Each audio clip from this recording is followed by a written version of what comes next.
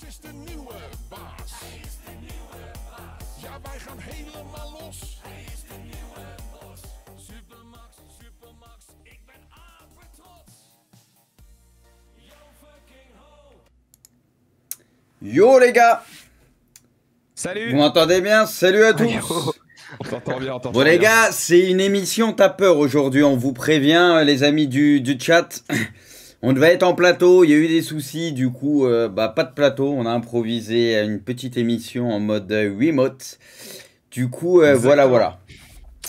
Ça va les gars sinon? Vas-y Braque, je te laisse prendre la main, fais comme chez toi, comme d'hab. Non, mais tranquille, hein, tranquille. Bah oui, en effet, t'as bien introduit le truc. C'est vrai qu'aujourd'hui, on avait un petit souci technique qui nous empêchait de faire l'émission depuis le plateau. Du coup, voilà, on va vous la proposer en remote et ça va être une émission beaucoup plus courte parce que vous l'avez peut-être remarqué, mais l'émission, c'est Bruce qui les réalise ce soir. Je suis la régie les gars, donc on va essayer d'être... On va essayer de au pas niveau de l'UFA, hein. Oui, on est mieux que l'UEFA même. Là, on est en mode fraude ultime. Ils ont mis 3 heures pour faire un tirage, on a mis 10 minutes, nous, on a eu 10 minutes de retard, ça va. C'est vrai. Sur le dos, nous. Ah oui, puis nous on est clean. Ah ouais. Nous, on a juste le chat de fraude sur le dos, mais bon. Je vais essayer, pendant que tu parles, je vais essayer de redécaler Kanto, parce qu'en même temps, on voit ta figurine chez Kanto. Oh, quoi que ça fait bien. Ça habille un peu chez Kanto. On dirait pas Kanto, genre ça habille en vrai chez Kanto. Vas-y, je laisse parce que Kanto il a des décos de merde. Vas-y, on va laisser Broly. Moi j'ai rien rangé par terre, il y a que des sacs de bouffe d'hier soir là, donc il vaut mieux cacher, ouais. Non, c'est bien comme ça, on va laisser. C'est une catastrophe. Apparemment, Bruce, faudrait que tu montes un peu les volumes, je crois. Il y a le volume de Zach, je crois, qui est un peu bas. Ouais, bah vas-y, je vais augmenter. Vous me dites au fur et à mesure, les gars, parce que c'est vrai. Aussi, ouais. On n'a pas eu l'occasion de faire les tests. J'augmente un peu tout le monde voilà, sur Discord. Là, normalement, je vous ai tous augmenté, Kanto aussi. Voilà. Et vous dites si jamais ça va pas, les gars. Bah, je fais les ajustements. Je suis votre chose aujourd'hui, les gars. Je suis votre riche. Oula, calme-toi quand même. On veut. C'est ma chose, mon pote. On veut essayer de proposer, voilà, bon, en tout cas, l'émission la plus, la plus clean possible, hein, avec les conditions qu'on a aujourd'hui. Bon, ce sera une émission très très courte. On va pas vous mentir. Force on va pas, Braque, pas très très court non plus. Non, mais quand je dis très très courte, c'est voilà, ça va être beaucoup plus court que d'habitude, ça c'est sûr. On va parler Ligue 1 et revenir essentiellement sur le tirage au sort des huitièmes de la Ligue des Champions, qui a été fait donc à midi et à 15h, qui a été refait à 15h. Moi, je comprends toujours pas comment ils ont pu se trouer. Enfin, c'est assez lunaire quand même ce qui s'est passé tout à l'heure. Mais du coup, on va en reparler et puis on va bien sûr faire le point sur l'ensemble des matchs. On a tout ce qu'il faut pour en parler. En tout cas, il y a Kanto qui est là aujourd'hui. Comment ça va, Kanto? Bah écoute, content d'être avec vous, content d'être à la maison. Malheureusement, je dois quand même venir demain sur Paris, donc ça me fait chier. Je pensais que j'allais avoir ma semaine de congé, mais pas du tout, quoi. Ça arrive toujours au mauvais moment. Je l'ai eu la semaine dernière, ma semaine de congé, mon pote, je te comprends. Hein. Ah ouais, putain, c'est... Non, mais bon, non, je suis content d'être avec vous. Et puis ouais, j'ai été un peu surpris, je me rappelais même pas qu'il y avait le tirage de la Champions League. Et puis quand je suis tombé dessus, je me suis un petit peu exalté. J'ai vu que Lille prenait Chelsea et j'avais un petit peu la haine pour eux. Puis derrière, je lis un article, je vois putain, le tirage est à refaire à 15h. Je me suis dit, mais je sais pas, c'est pas une première fois. Puis au final, Lille qui se reprend de Chelsea. Mais bon, on aura l'occasion d'en parler. Mais j'en ai un peu mouvementé. On va en parler tranquillement. Zach est là, bien sûr, aussi. Donc, une semaine de congé, t'es en forme, là, j'imagine. Ouais, je suis en grande forme, mon pote. Après, là, je suis un tout petit peu malade quand même. Donc, ah, qu'est-ce qui se passe? Bon, j'ai le nez qui coule, j'ai légèrement de fièvre et tout, machin.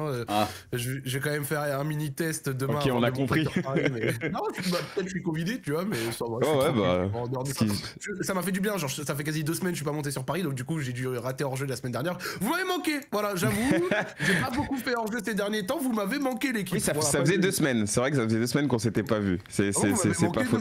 T'as les macarons au passage. Quoi? Ouais, il y a eu des macarons quand je suis pas là. Ah, il les a ramenés. Ah bah écoute, c'est tombé sur une semaine où t'étais pas là malheureusement. Ouais, après, faut pas pousser des macarons. À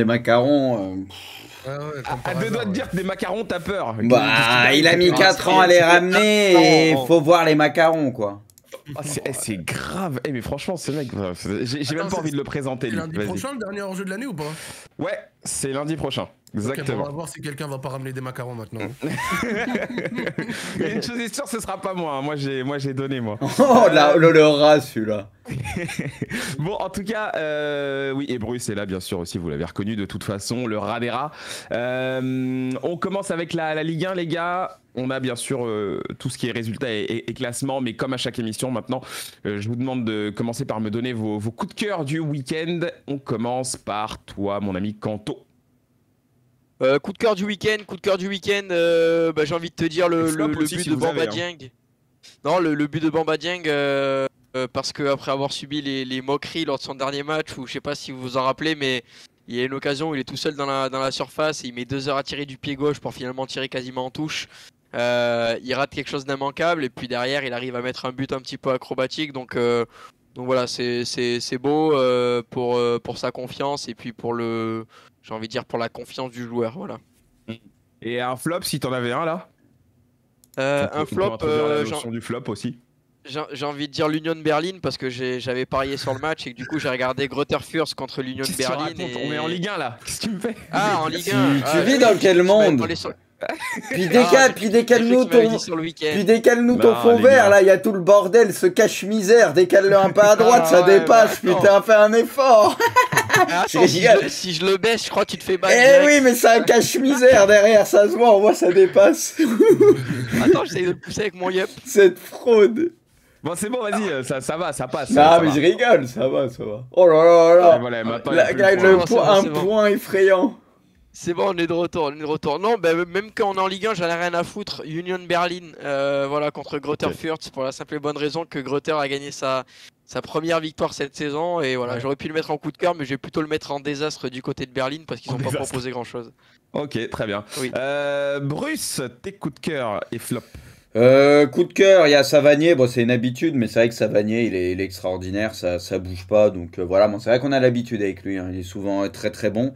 Et puis après, bien sûr, l'immense club de Nantes pour sa deuxième mi-temps, voilà, un des plus beaux matchs de la saison, faut le dire, du suspense, des beaux buts, des très bons joueurs sur la pelouse, et une remontada assez incroyable, donc j'ai envie de dire ça en coup de cœur. Voilà, et en flop, je t'avoue que... En flop, je sais pas, j'y ai pas pensé, donc comme ça. Ouais, non, mais c'est vrai. En vrai, je vous ai un peu pris par surprise sur les flops là, donc je vous en veux pas si vous en avez pas. Mais à partir des émissions de la rentrée, je voudrais à chaque fois un flop. Hein. Zach Nani, tes coups de cœur. Montpellier qui réussit à casser la série de 6 de Brest avec brio.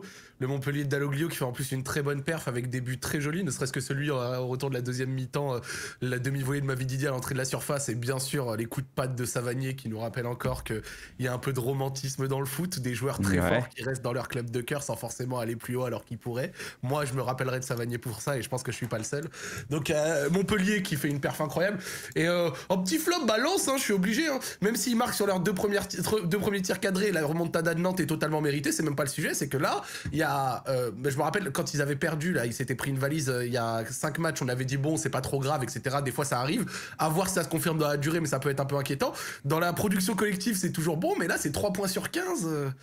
Ah, ils ont pas fait. Celle-là, elle va faire mal, hein. Celle-là, elle va faire mal, mon gars. On va peut-être en parler après, mais c'est vrai que. Parce que même quand ils mènent 2-0, sincèrement, ils ont très peu d'occasions. Ils ont profité des erreurs, on va dire, de Nantes. Mais c'est vrai que Lens, c'était pas un grand Lens. C'est pour ça qu'en deuxième mi-temps, quand Nantes a appuyé, ça a fait très très mal.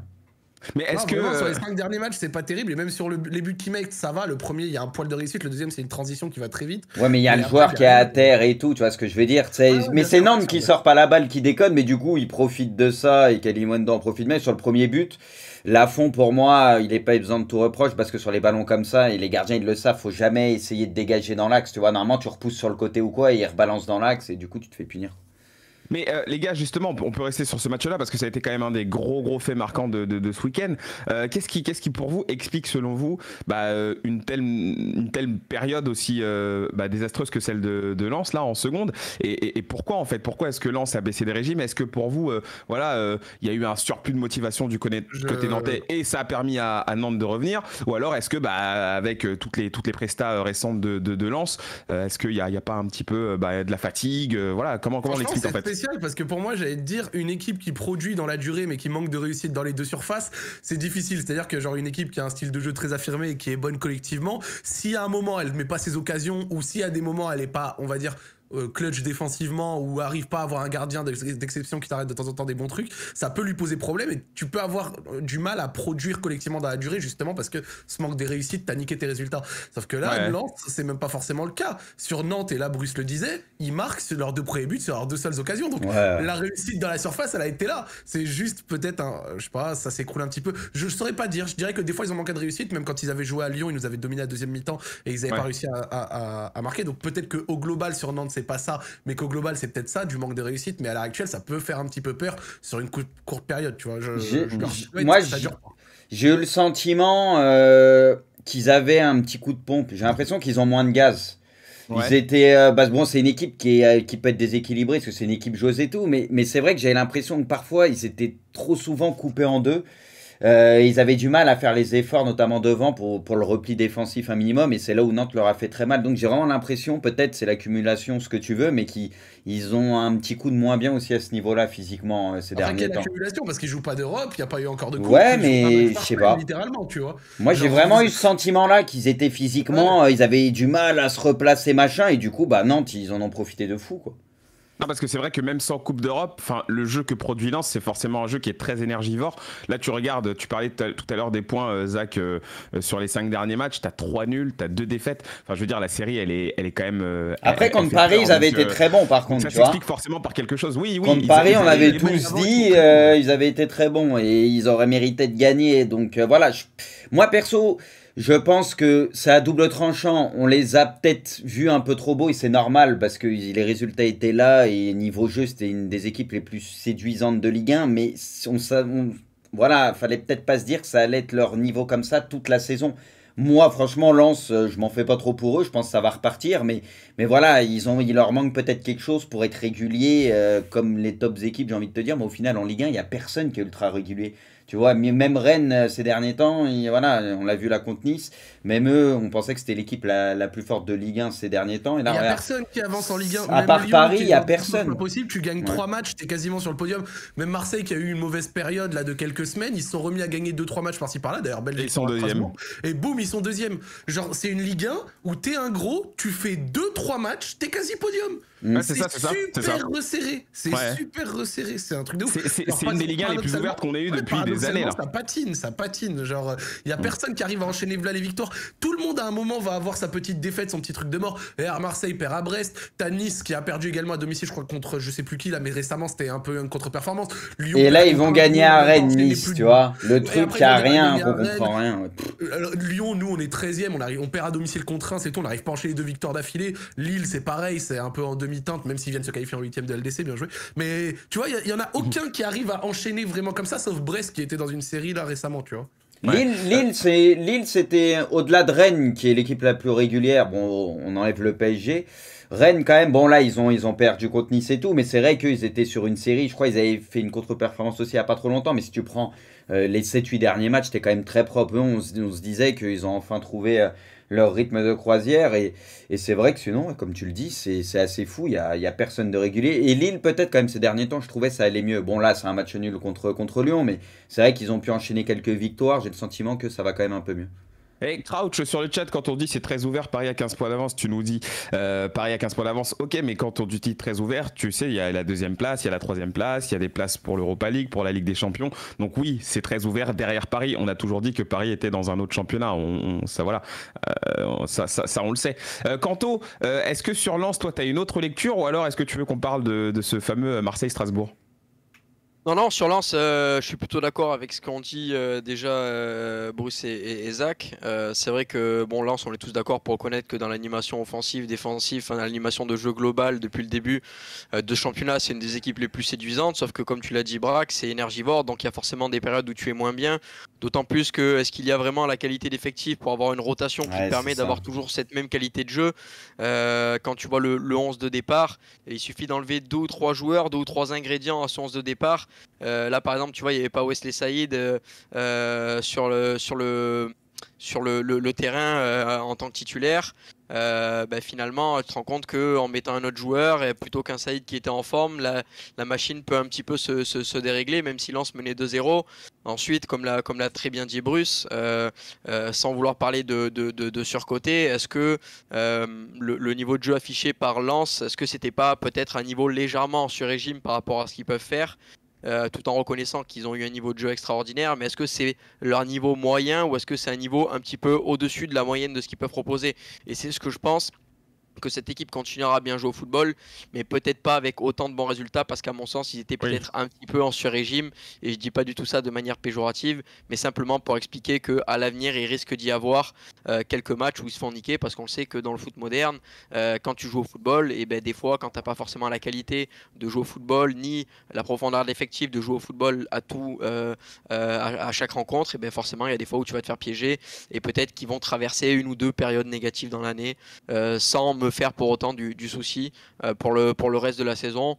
Voilà, moi quand je vois des résultats comme ça pour Lens, le truc c'est qu'en fait c'est une équipe qui est tellement séduisante à voir qu'on a très vite tendance à les mettre du niveau et de la régularité des équipes comme l'Olympique de Marseille, comme l'Olympique Lyonnais, comme Nice, comme Lille, comme peut-être Rennes. Des équipes qui ont l'habitude, j'ai envie de dire, ces dernières années de jouer le haut de tableau en Ligue 1. Sauf que c'est un phénomène qui est quand même relativement nouveau depuis l'année dernière pour le Racing Club de Lens. Et que petit à petit, dans leur apprentissage, ils sont en train de franchir des paliers, c'est ce qu'ils font très bien. Mais c'est pas étonnant, il faut pas s'étonner de voir de voir Lens de temps en temps être un petit peu moins performant. Non mais en tout cas c'est intéressant. Alors on se calme un peu quand même sur le chat, hein, on reste tranquille, merci. C'est vrai que vous êtes un peu déchaînés ce soir.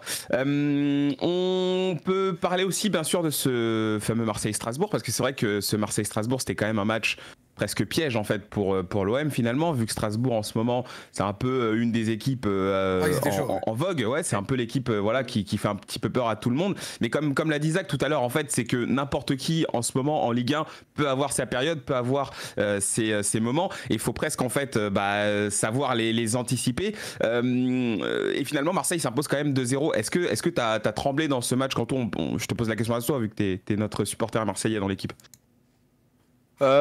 Trembler oui et non, parce qu'on tremble toujours avec l'Olympique de Marseille, donc quoi qu'il arrive, peu importe le match, peu importe la rencontre, on sait que le résultat n'est jamais garanti avec l'OM. C'était important d'aller gagner ce match-là, surtout après la contre-performance où, mine de rien, tu restais sur quelques matchs. Alors bon, je me rappelle du match de Brest où tu mènes 1-0, tu es en maîtrise, et au final tu arrives à le perdre sur un fait de jeu, un penalty où tu perds un petit peu le fil du match. Un match où on gagne 1-0 face au FC Nantes, pareil, avec une certaine maîtrise et avec surtout beaucoup d'aide de la part de Palois qui prend un rouge rapidement et bêtement, mais malgré ça, on a du mal à se mettre à l'abri. Sampaoli, on voit que c'est ça qu'il a quand même de maîtrise quand vous gagnez. Sampaoli, c'est vraiment un truc qui vise de fou. C'est ça. Exactement, je suis complètement d'accord avec toi, mais c'est quelque chose qui pêche, et on a encore un exemple cette semaine en Europa League face à Moscou, où c'est encore un match où t'es quand même pas trop mal, mais où jamais vraiment t'arrives à te mettre à l'abri.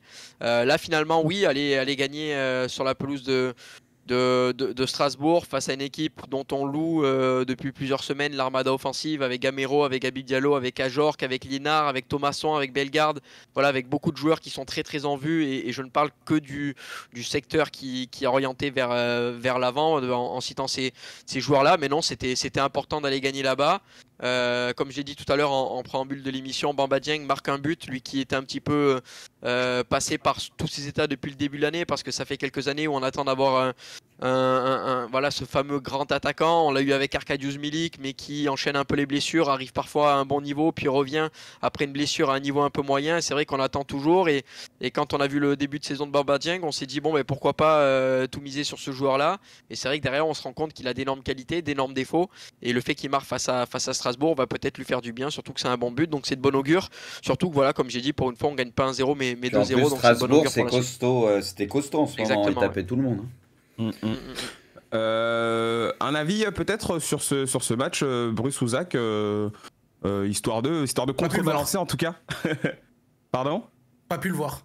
Pas pu le voir. Bruce, t'as regardé toi Moi, le match, je suis honnête, je l'ai pas vu non plus. J'étais en stream, donc voilà. J'ai vu le très beau but, j'ai vu le résumé un peu, mais j'ai pas vu le match. Donc on fait confiance à Quentin.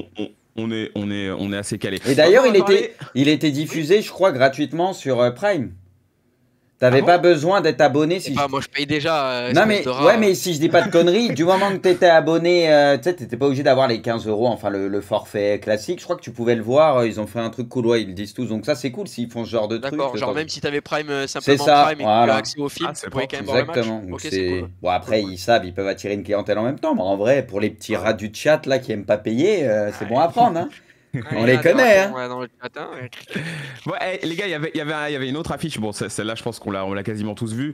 Forcément, c'était ce Lille-Lyon, un peu aux allures de match de la peur, parce que c'est deux équipes qui patinent quand même énormément en Ligue 1. Zach l'a dit tout à l'heure, ça se passe très bien en LDC pour Lille, puisqu'ils sont qualifiés en 8e. Pour Lyon en Coupe d'Europe aussi. Maintenant, match nul sur ce match-là, sur cette rencontre.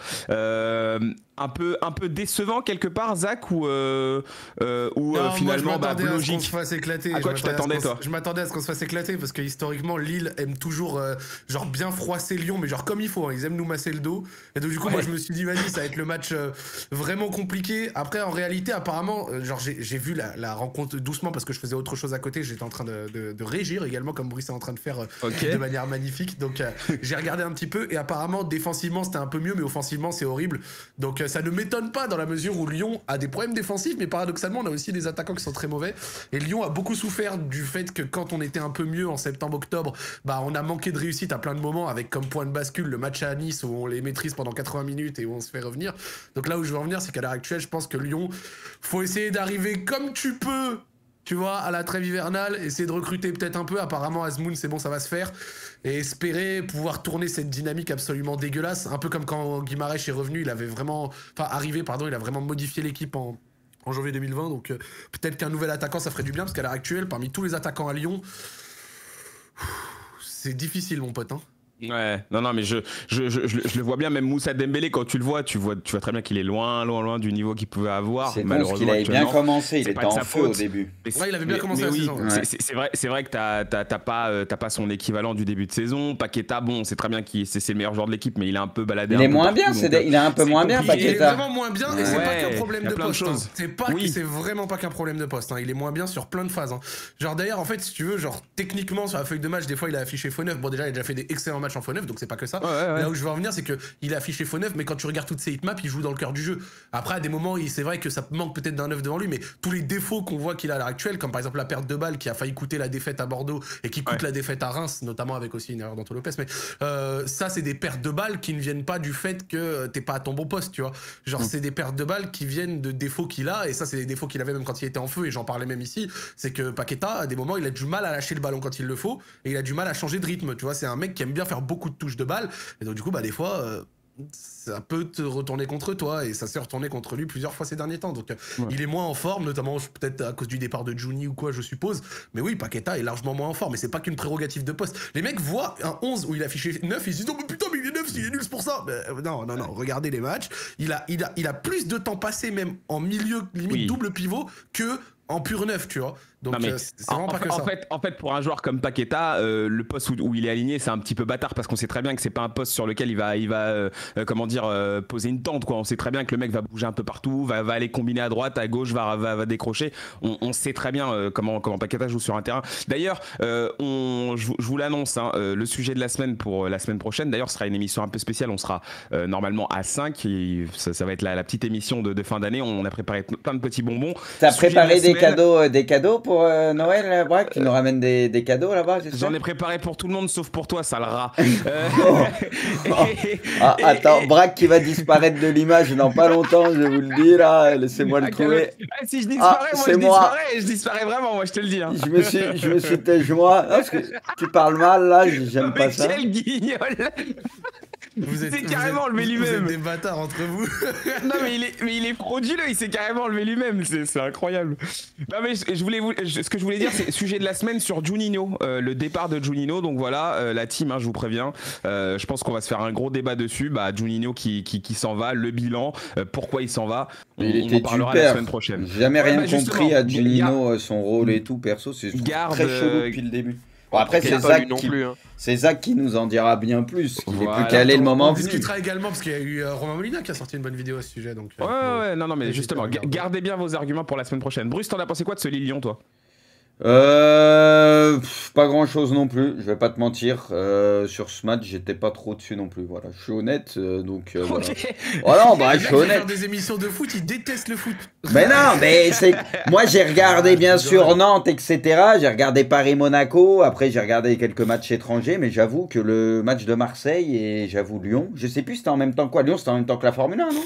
C'était à 13h et la Formule 1 était à 14h. Ouais, donc au début en plus j'ai vu le début, mais après il y a eu la Formule 1, j'avoue que j'ai câblé un peu dessus pour me mettre derrière l'immense Max. Super Max. Ah, c'est mon gars, ça c'est mon gars Bruce. Ça me fait plaisir d'entendre ça. L'immense Max Verstappen. J'étais pour Lewis, moi. Ouais, mais toi t'es un licheur de pommes, toi ça se met derrière les plus gros à chaque fois, allez hop. Bah franchement, moi je voulais qu'il batte un record. Pleure avec Toto Wolff, pleure avec Toto Wolff, ça te fait du bien. Bon, tant qu'il y en a un qui a vu le match, on bifurque sur PSG Monaco avant d'avancer sur la Ligue des Champions. Bruce, tu l'as vu toi ce PSG Monaco, un match assez froid, faut le dire. Une victoire j'ai même titré une victoire froide du Paris Saint-Germain.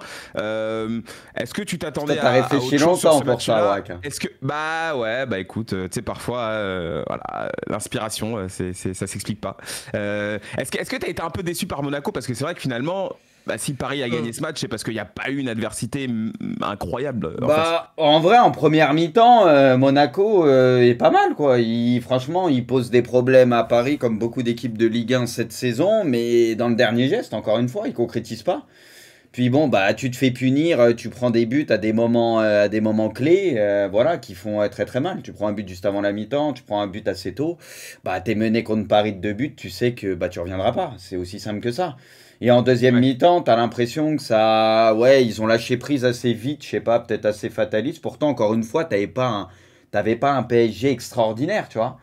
Ouais. Mais on dit ça à chaque fois, mais au final, il laisse très peu de points en route. Donc voilà, c'est assez fou. Bon, t'as Mbappé qui fait son match, qui met ses buts.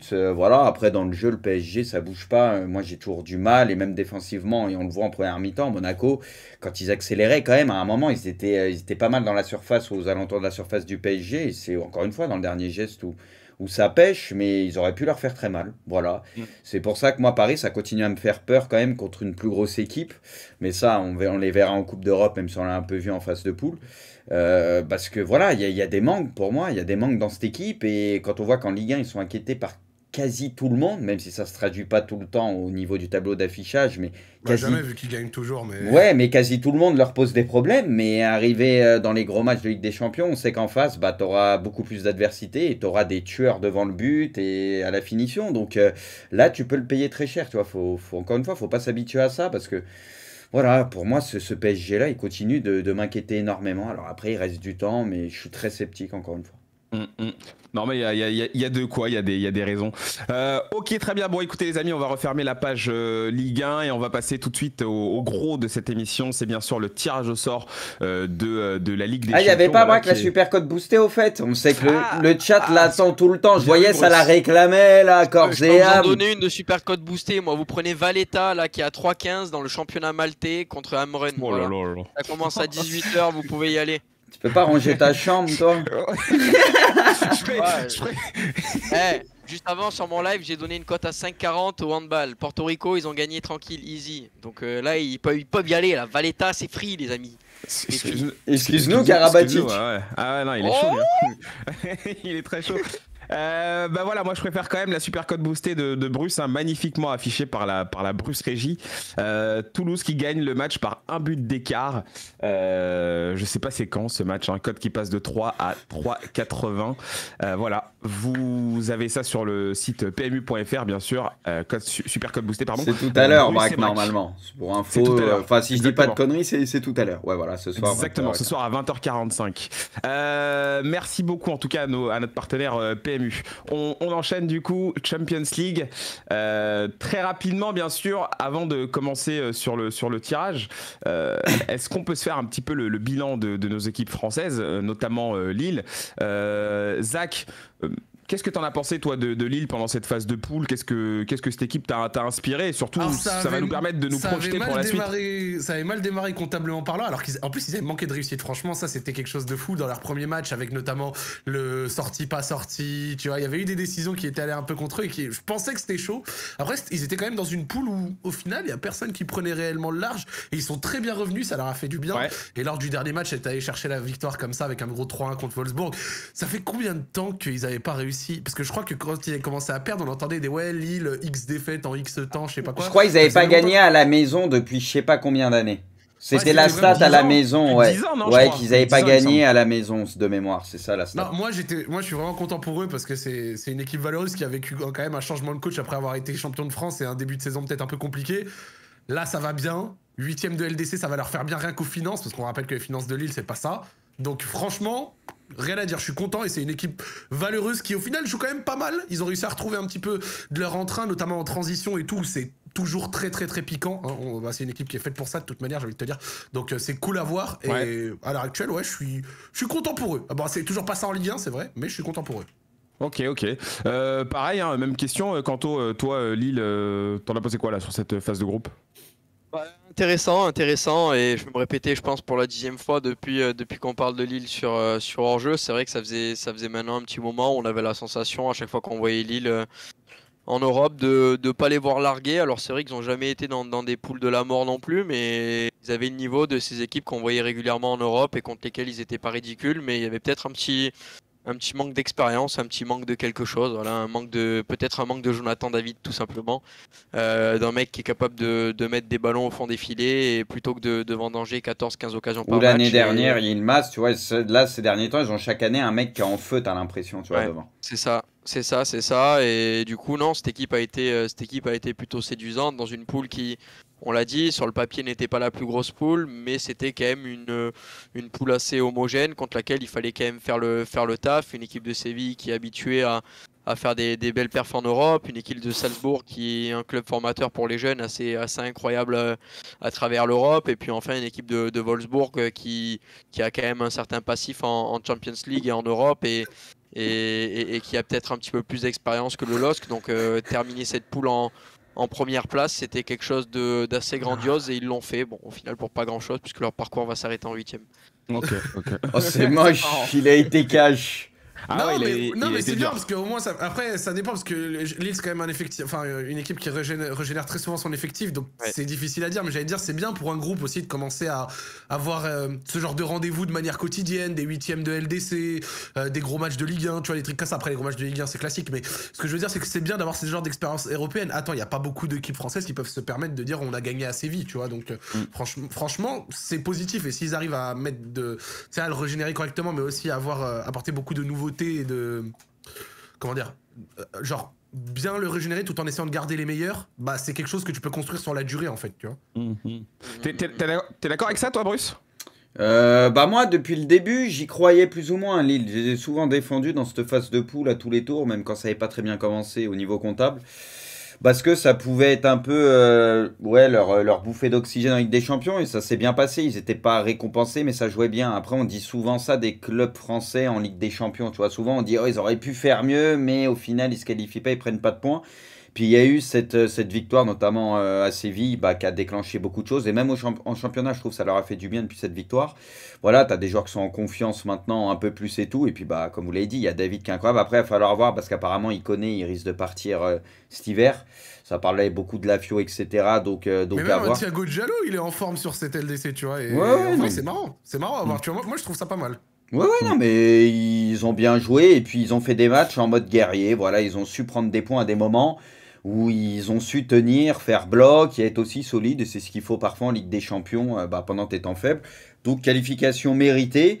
Et bon, je vais pas être aussi catégorique que Kanto. Je suis d'accord avec lui sur Chelsea, il devrait passer, la logique veut Chelsea et tout. Mais je veux dire, je vois Chelsea passer, mais pas tranquillement. Je pense pas que ça sera tranquille non plus, parce que Lille, c'est une équipe qui peut se taper et qui a montré de belles choses, et ils ont aussi des contre-attaquants qui peuvent faire beaucoup de dégâts. Et ils ont un Jonathan David, il lui en faut une, t'as l'impression, ces derniers temps pour marquer. Donc voilà, tout ça mis bout à bout. Il y a aussi des soldats derrière, on le sait. on sait jamais, tu vois, s'ils arrivent à pas prendre l'eau à l'aller à Stamford Bridge, bah on sait jamais. Ouais, non, faut juste qu'ils soient encore à peu près en vie, même s'ils perdent, tu vois, qu'ils perdent d'un but ou quoi, après on sait jamais. Moi je pense qu'ils peuvent leur poser des problèmes, je pense vraiment. Après je vois Chelsea quand même, hein, mais ils seront pas ridicules à mon avis. C'est la logique. Après moi c'est vrai que pour revenir un peu sur ce que vous avez dit, je confirme en fait, je trouve qu'ils ont réussi à se réveiller au bon moment. Ce match contre Séville, en plus à l'extérieur tu vas les battre justement chez eux. C'était le bon moment pour justement insuffler une certaine motivation, parce que dans un groupe comme ça tu sais très bien que tu as toutes tes chances, tu peux le faire, mais tu peux aussi très très facilement sombrer, parce que justement en face tu peux avoir des équipes qui vont se dire la même chose, qui vont se dire que c'est très clairement le groupe où tout peut se passer, et eux ils ont su justement se réveiller au bon moment et être en plus assez costaud. Il y a eu des joueurs qui justement au début on le voyait bien, Yilmaz cette saison il avait un vrai problème à la finition, il avait un vrai problème dans la zone de vérité, il a su se réveiller quand il fallait. David, c'est pareil, hein. Maintenant le mec, on en parle comme peut-être un des futurs très très gros, soit de la Ligue 1, soit d'ailleurs, mais en tout cas il s'est bien repris. Donc ouais, c'est super encourageant. Maintenant c'est terrible, parce que quand tu tapes quand même le champion en titre et une des équipes les plus en forme du moment, c'est presque comme si on te disait c'est bien, tu t'es bien battu, mais maintenant tu vas laisser gentiment ta place. Après faudra avoir comme tu dis Bruce, c'est pas joué, oui. Mais concrètement c'est vrai que c'est un peu frustrant de tomber contre Chelsea tout de suite, alors que t'étais sur une dynamique, justement t'étais sur une belle pente quoi, donc c'est un peu dommage je trouve. Chelsea est supérieur largement. Lille à la poisse parce qu'il tape limite le pire deuxième, il tape le pire deuxième qui pouvait tomber, alors qu'en plus ils ont refait le tirage deux fois il tombe Chelsea, c'est abusé. Mais on voit que Chelsea, bon là ils sont un peu plus en difficulté. Ça dépendra aussi, voilà, on n'y est pas encore, dans 2 mois quasiment, 1 mois et demi, 2 mois. On verra en fonction des blessures, de la forme du moment. Mais là tu vois Chelsea en ce moment qui a passé ses milieux tout le temps, etc. Et on les voit un peu plus en difficulté, tu vois. Tu sais, je vais dire... un peu plus en difficulté, mais je pense que ne serait-ce qu'à l'expérience et en tant que tenant du titre, je les vois quand même... Ouais, mais regarde, tout le monde voyait Séville se qualifier dans cette poule. Personne misait... tout le monde mettait Séville. Hein. Si, au début de la poule, tout le monde mettait Séville et personne quasiment mettait... tout le monde mettait Séville, Wolfsburg en favori. Au final, c'est qui passe? C'est Salzbourg et Lille, tu vois. C'est toujours facile après de dire, oh, ceci, cela. Quasiment tout le monde avait enterré Lille avant la phase de poule. Non, mais voilà. Total. C'est pour ça que c'est... Non, mais quand j'en vois sur le chat qui disent oui, mais machin, les gars, c'est facile de revoir son discours, la culture de l'instant, alors qu'il y a 3 mois, ça les enterrait, tu vois, faut arrêter 2 minutes. Lille, moi je le dis, vous pouvez screen, vous pouvez record. Je pense que Chelsea passera, pas de soucis, parce que moi, Chelsea, je les mets encore parmi les favoris de la LDC, mais je pense pas que ça serait une balade de santé. Voilà mon avis, c'est tout. Ok. Ils s'amuseront pas, je pense. C'est bien noté, Bruce, c'est bien noté. Bon, on aura l'occasion de toute façon de parler du PSG tout à l'heure, vu que ça va être quand même une des affiches de fou de ces 8e, hein, PSG Real. On va se concentrer maintenant sur le tirage dans son ensemble. Alors, je vous le rappelle, si jamais vous l'avez manqué, ce tirage, hein, si jamais vous n'êtes pas au courant et que vous vivez dans une grotte, Salzbourg affrontera donc le Bayern, le Sporting, ce sera Manchester City. Pour Benfica, c'est l'Ajax. Pour Chelsea, donc vous le savez, c'est Lille. Pour l'Atlético, c'est United. Villarreal jouera contre la Juve. L'Inter affrontera Liverpool et donc le PSG affrontera le Real Madrid. Bruce, il y a peut-être aussi un récap à faire, parce que c'est vrai que toi, je sais que tu as suivi les deux, comme tout le monde, hein, mais tu as suivi les 2 tirages. En gros, pour récapituler, qu'est-ce qui s'est passé concrètement? Parce que peut-être qu'il y en a qui n'ont pas encore compris. Bon, honnêtement, il y a eu des erreurs au niveau du tirage de l'Atlético, ce que Manchester, je crois, avait été enlevé. Il y a eu 3 erreurs, ça a été décrit sur Twitter. Il y a eu au minimum 3 erreurs. Je me demande si on n'a pas eu plus. Je crois que c'était 2, mais j'avais pas vu 3, moi. Moi, j'ai vu 3 qui étaient expliqués, et je crois qu'après, il y a même eu plus d'erreurs que ça. Bref, en fait... eux ils ont dit, l'UEFA ils ont mis ça sur le dos de la machine apparemment, parce qu'en fait eux ils suivent la machine, ça se fait automatiquement et du coup ça leur indique ce qu'il faut enlever, qui peut tomber avec qui, etc. Et du coup ils ont mis ça sur le dos de la machine, voilà. Donc le tirage ça a été un gros fiasco, ça a été n'importe quoi complet. Du coup à la fin l'Atlético, il y a juste titre parce que c'était tombé sur City, si je dis pas de conneries, au premier tirage. Le Bayern, excusez-moi, le Bayern. Ils ont gueulé du coup parce qu'ils expliquaient que potentiellement ils pouvaient tomber aussi, je crois, avec United machin truc, et à un moment les boules ont été enlevées, elles étaient pas dans le saladier, donc voilà. et on peut les comprendre. Et après, il y a d'autres équipes qui se sont plaintes, du coup, ça a fait effet boule de neige. Et ça a été assez logique qu'il y ait un renouveau tirage. Après, on a Florentino Pérez qui est un peu monté au créneau parce que lui, il disait que... il avait le meilleur tirage possible. Voilà, vu que lui, il a été tiré dès le début, il n'y avait pas encore de problème à ce moment-là, il a essayé de défendre sa position. Et ça, on peut le comprendre, il joue son rôle en vrai de vrai. Donc lui, il a essayé de dire, bah ok, mais par contre, laissez notre tirage, tu vois. Ouais. Donc bon, bah malheureusement pour lui, ça n'a pas été le cas. Et il y a eu retirage et il tombe sur le PSG. Donc bon... C'est sûr que là, il doit l'avoir un peu mauvaise. Mais bref, en vrai, c'est une honte absolue parce que, enfin, comment c'est possible de faire ça avec autant de moyens? On sait que l'UEFA, ça brasse quand même beaucoup d'argent. Ouais, c'est pas normal. Il y a un milliard. Peut-être qu'ils ont essayé de mettre des douilles. Oui, voilà. Ils se sont niqués tout seuls, tu vois. Ils ont mis ça sur le dos de la machine alors que il est censé y avoir des répétitions 1 milliard de fois. C'est vrai que ça laisse... Enfin, ça laisse perplexe, t'as envie de te poser des questions. Comment un truc comme ça, aussi bien huilé, peut y avoir des problèmes? Est-ce que quand on le dit, il y a eu des trucs qui n'étaient pas clairs, ils sont un peu perdus dans leur délire et c'est parti en couille, je sais pas. Moi, juste, c'est le mec qui tirait des trucs dans les boules, là. Il y a un moment, ça a mal affiché le bas. C'est la machine, ouais. Ils ont dit que c'était la machine qui leur avait donné les mauvaises indications, genre elle a bugué. Et le gars qui tirait, là, on l'a vu, qui à un moment s'est un peu emmêlé. Enfin, moi, franchement, je pensais plus de la bêtise humaine que la révélation, que ça fait des années qu'il truque le truc, tu vois. Bah, je sais pas, parce que une machine, enfin, je peux pas penser qu'ils font pas 1000 vérifications. Et eux, ce qui est bizarre, c'est qu'ils ont dit vraiment que c'était la machine qui avait bugué, mais ils font 10 000 tests ou simulations avant. Comment, comme par hasard, au moment du vrai truc, c'est ça que moi j'ai du mal à piger en vrai de vrai. Ou alors c'est de l'incompétence complète, selon ou l'autre. Je suis pas dans la théorie du complot, mais c'est vrai que quand tu fais des répétitions juste avant pour t'assurer que tout. Parce que moi j'ai jamais cru au truc des boules chaudes et compagnie. Mais ah si, ça existait ça, vrai. Ah, mais ça, moi j'y crois pas. Ah, mais si, c'est officiel, ça existait. Il y en a qui l'ont déjà dit, il y a des trucs, ça existe, c'est un fait ça. Oui, bon, bah après, moi je te dis pas que là. Je te dis pas que là c'est. Non, mais moi là, je te dis pas que ça a été fait récemment ou ce que tu veux, mais c'est un fait que ça existe, ça a existé, oui, ça c'est un fait. Hein. Bon, d'accord. Mais après, ce que je veux dire, c'est que quand tu fais des répétitions avant et quand tu parles de machine, justement, ton truc il est censé être complètement au point. Bah en fait ça la fout super mal quoi, c'est pas normal. Mais bon, c'est pas vraiment le sujet, hein. C'était juste histoire de faire un récap. Ouais, c'est honteux quand même, c'est vrai que c'est n'importe quoi. Oui, mais ça reste honteux, les mecs qui brassent des milliards, ils sont blindés, t'es incapable de faire un tirage dans l'année. Non, c'est vrai que là c'est honteux ce qui s'est passé, faut dire les choses, c'est pas normal, enfin c'est incompréhensible. Alors, on va parler du coup match par match.